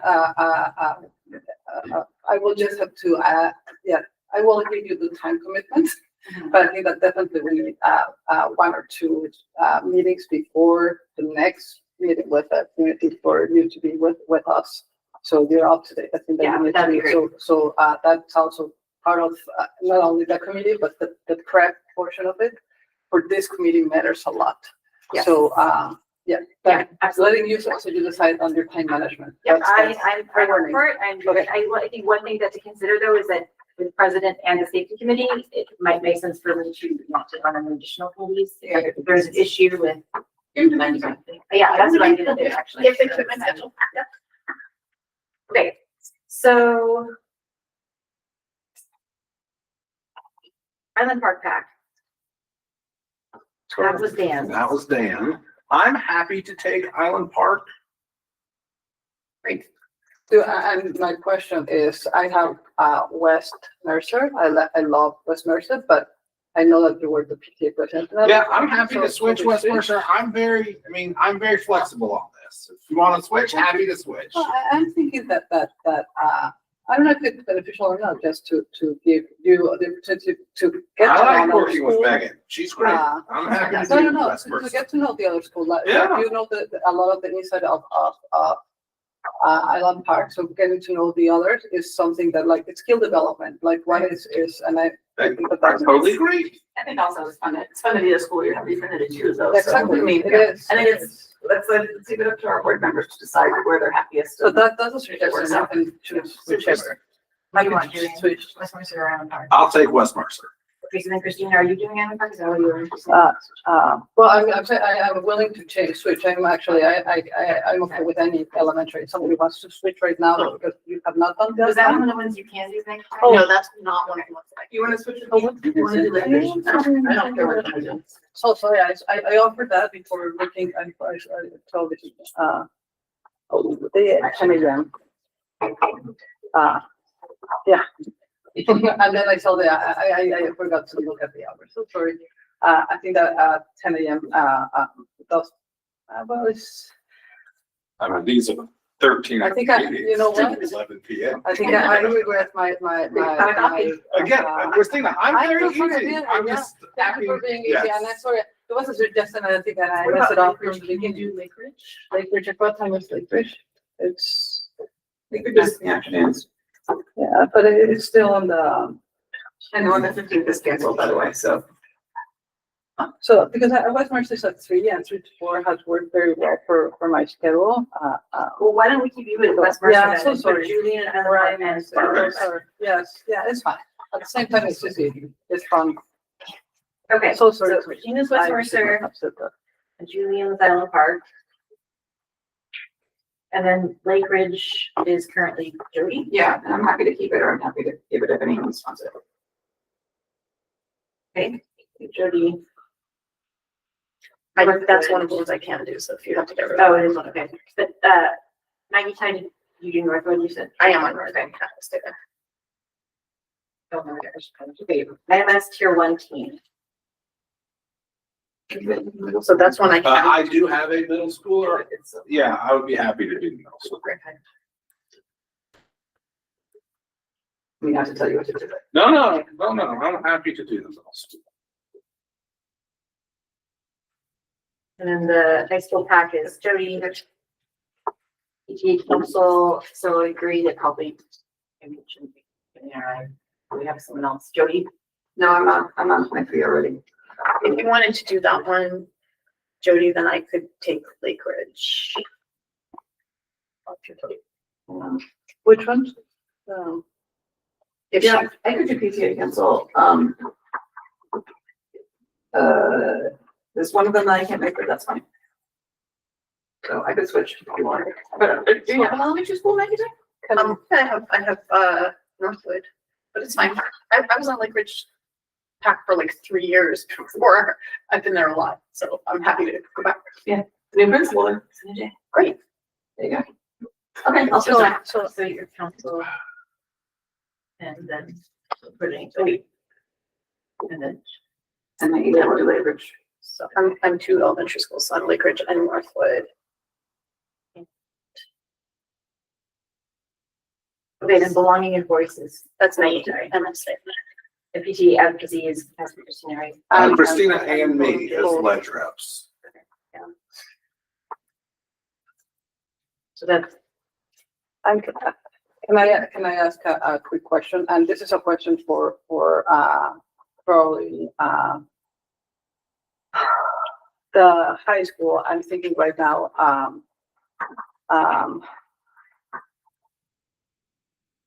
I think that it's I don't know at this moment in time if it will be beneficial for Stephanie or I to serve there, in case just to have another outlet to listen to more voices of everything happening in the high school related to the safety committee. And I think that I don't know if I would love to brainstorm that with you if that will be beneficial, or if we want to think about it and then we ask later to Jody. Is that or this is the time? I don't know. I think actually having Jody there has more people listening to voices from the high school, because if you guys are involved in the safety committee and then she's going to the PAC meetings, then all 3 of you are getting to hear about what's going on. I agree, but we will report back what is said in the PAC, and at the same time, it will be easier for us to capture a lot of things to take back to the committee that might bring it. But I don't know. This is. You have been in that committee, but you have not. But I don't know if that's a good or not. I mean, with Nick and Janie both joining the committee, and Matt, you have 3 administrators. Then, so you may not have it without them, maybe, but with their addition, may not be as so important. with the addition, I will know that. Okay, so thank you for that. Yep. Yes. All right. Okay, so superintendent community advisory. That was Dan. I'm right now at 3. Oh, don't everyone put your hands up. Well, I mean, you're not my schedule for. Sorry. Yeah, I mean, I can do that one. That one's not bad. Yeah, it's only 2. Okay. Not bad. Not bad. That's what we had never talked about. I'm stuck on that. This one with the teaching and learning. Yeah. It's like Yeah. Nova and That's, Nova heads it up. I attend, but Nova, teaching and learning really drives it. I think that if you have never been part of that and you have the time, I think that it will be I fantastic. mean, it's only very good 3 times and Yeah. it's, I'd actually be really interested in that one. I think that I will recommend taking one. Christina, are you willing to give up the Superintendent Equity Advisory Council? Because that's the only other one that I could possibly So- attend To, for me to do. not doing anything else? Yeah. I'm okay if you want to do it. Yeah, if you want to do it, then I will only have 2 committees, but, Yeah. But I'm okay with that.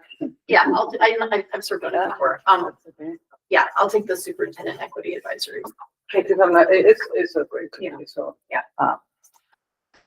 So then I have the floor. Okay, that's all done.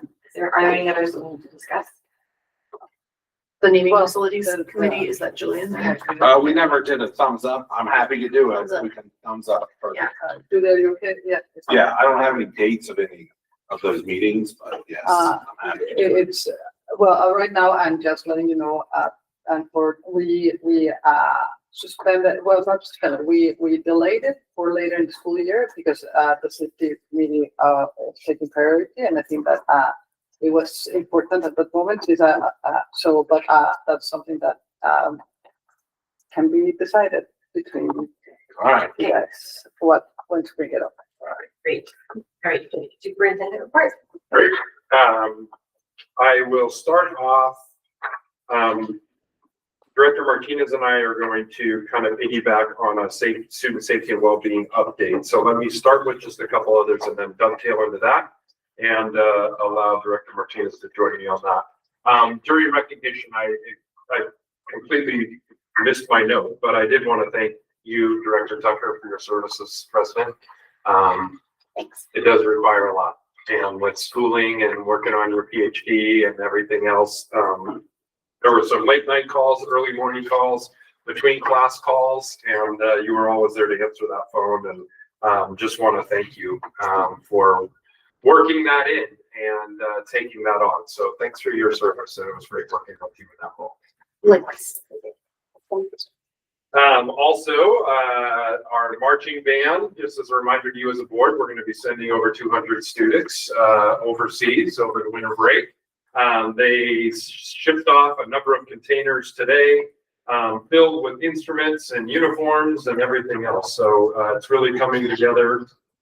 Exciting time for the band. I was emailing with one of the band directors, Mr. Bigsby, earlier today. They're really excited, but it's going to be a great opportunity for those students.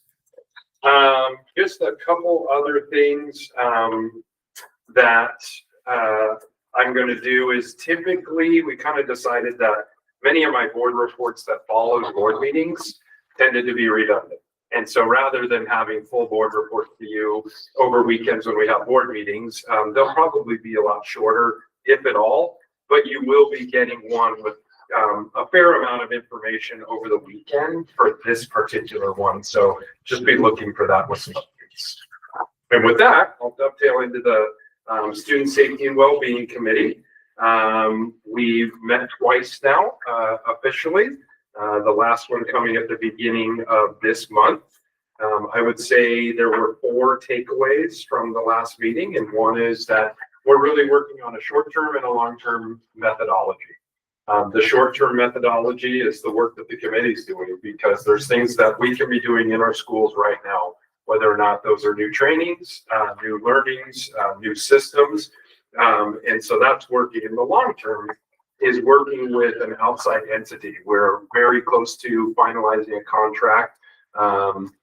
Aaron's been working on the final language of that, and that will be a third-party group who's going to come in, and they'll do an analysis of what's present now, and then make a series of recommendations based on 4 areas of focus. So that's kind of the long-term versus our short-term, and really appreciated the thoughts from our partners at KSARC as well as UW Harborview, who really kind of validated that that's the right work that we should be doing.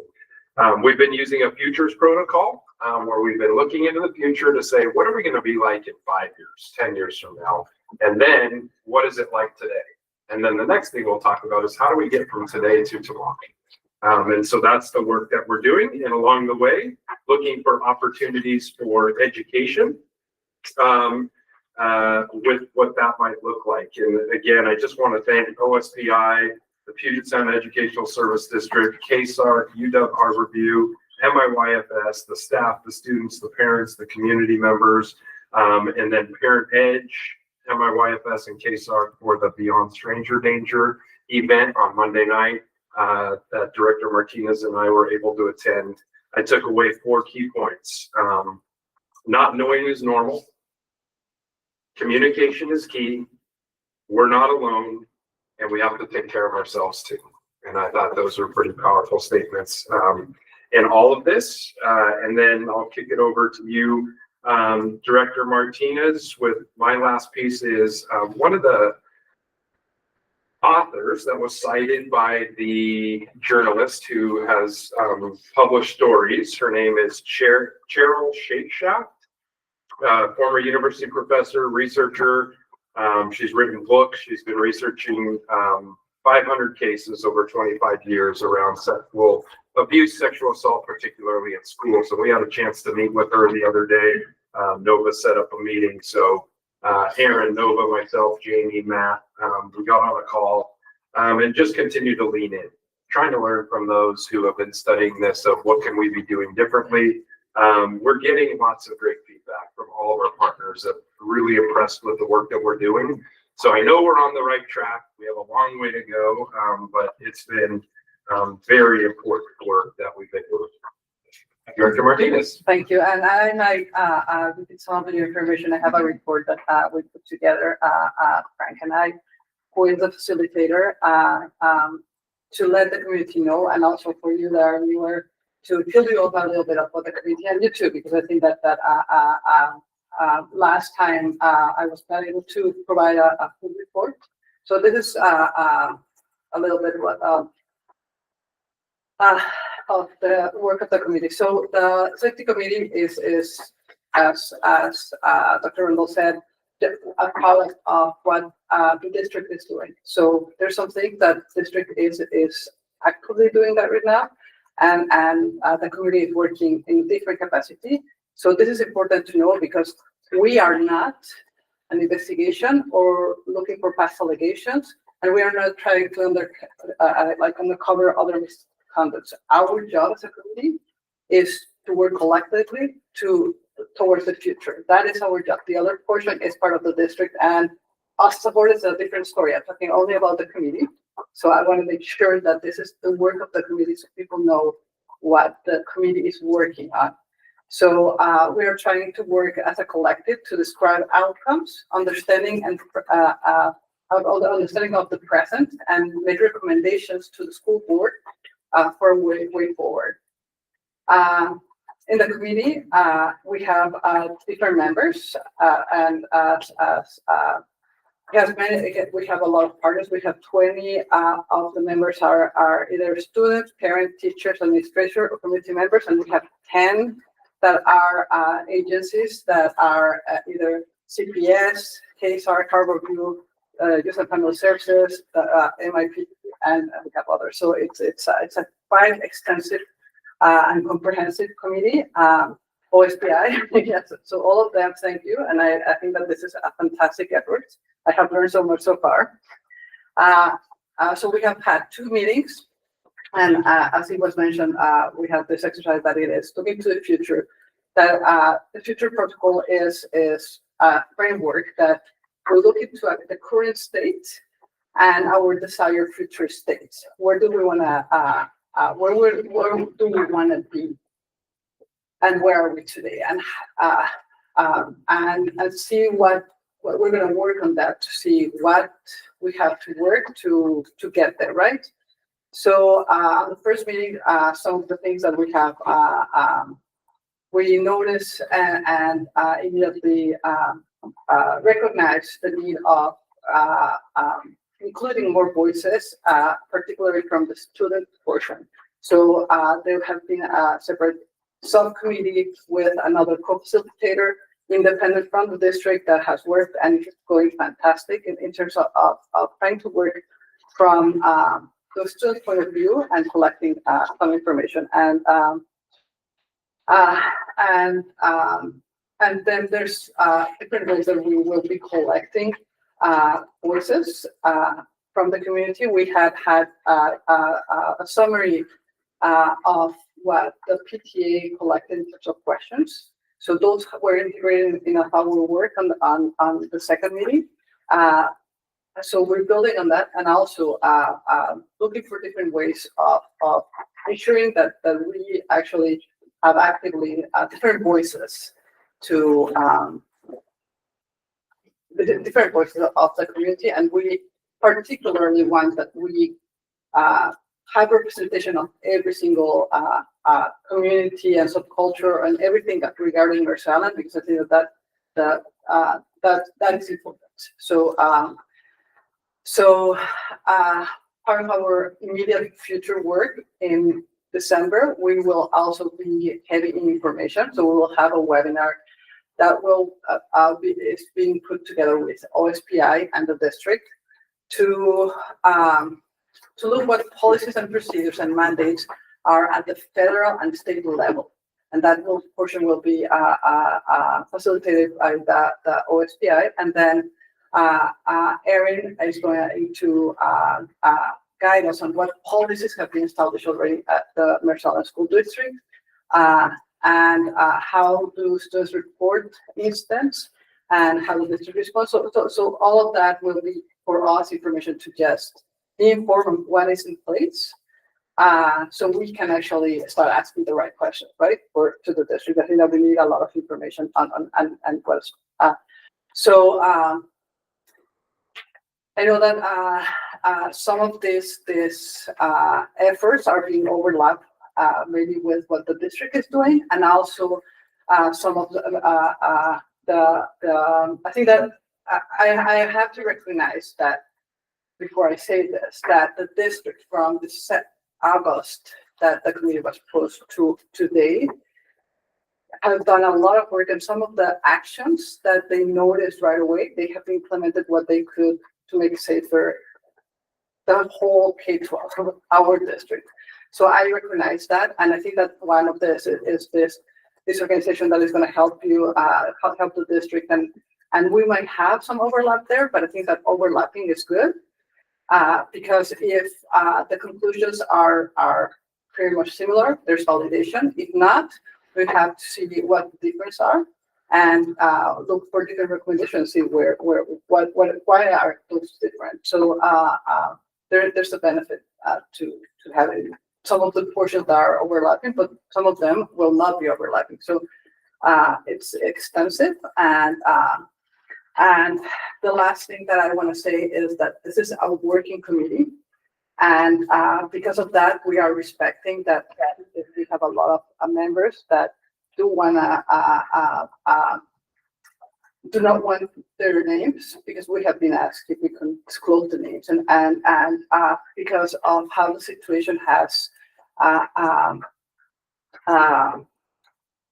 been talked in the community, they do want to be very factual and want to work and ensure that they can focus on the work instead of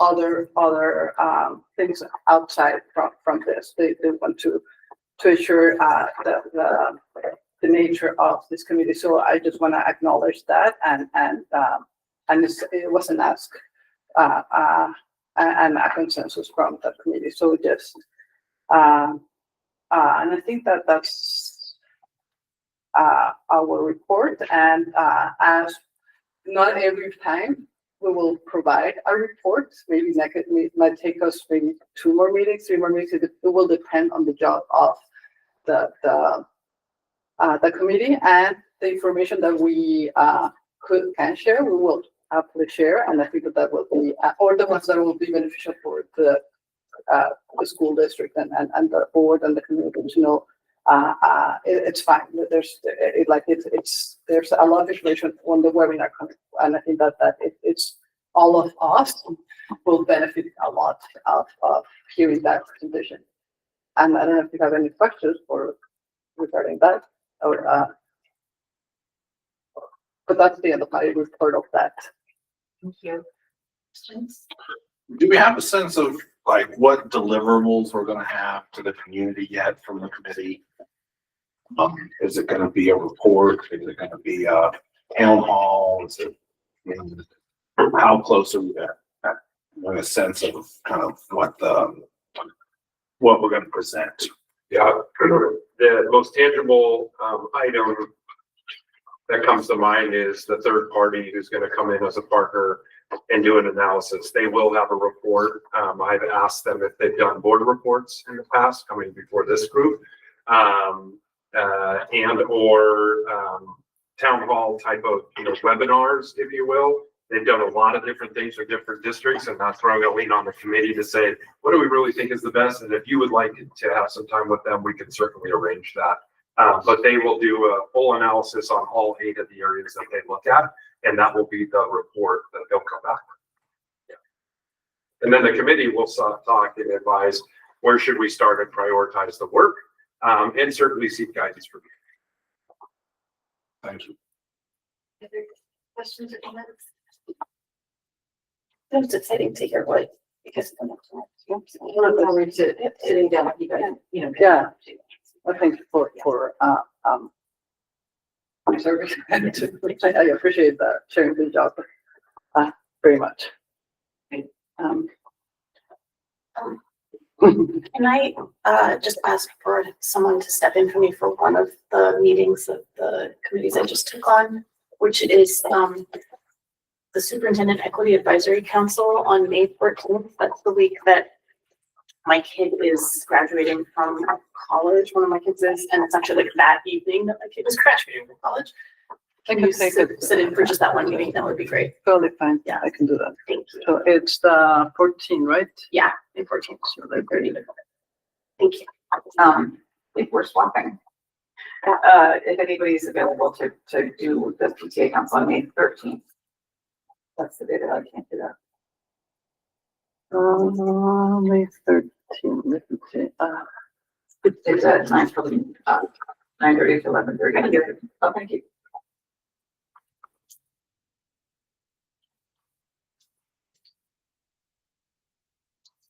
Do we have anything else for the superintendent's report? Okay, do you have a legislative update? Yes, I'm so sorry. I didn't put the agenda tonight. There was a lot of things today. So first of most, we have a town hall January 7th, and I think that is. Do you want to say something? You two were at the meeting. Do you want to share something about that town hall that excites you to? And invite everybody else to the town. Yeah, the town hall is going to be January 7th. I don't know where it is, but there's It's for high school. Yes. And it's going to be great. I think we're helping do a lot of it. So we're going to be speaking during the town hall. It'll be a good event. So it's been getting underway. So, and both of our students will be participating. So I'd love to see all of you there. It's in Newcastle, in Victoria, so it's not that far away from here. So yes, I think that's a mini report, but it has been a lot of work. So it's but then the other only thing to report at this moment is that I attended the National School Board Association. They had a special webinar last month to update the school board members that there is some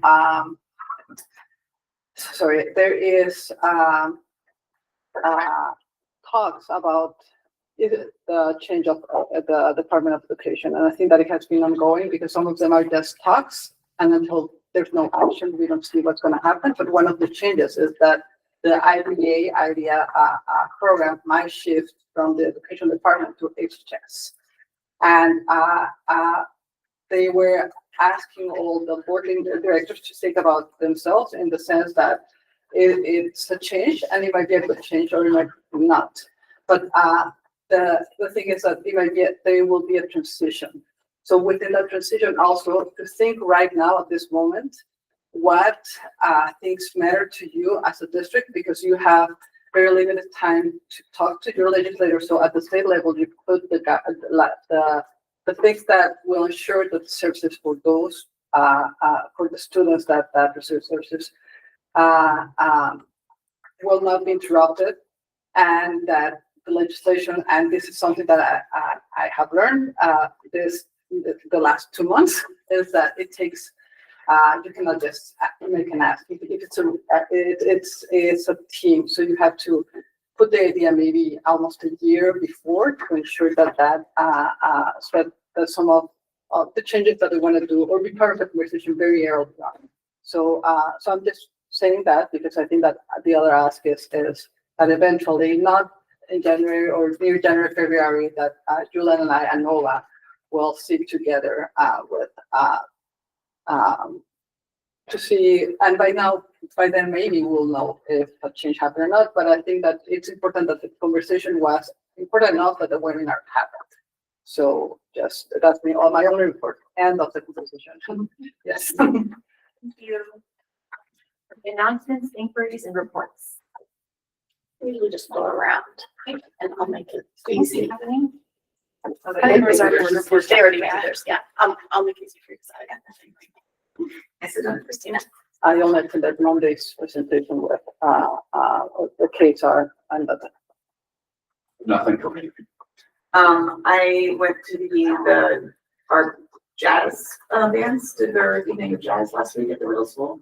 And that's a really exciting event because it includes the middle school and the high school jazz bands. So it's a chance to see not only just a chance to see all of our little jazz musicians in work, and to really see the progression of everyone from like the middle school jazz bands up to the jazz ensemble.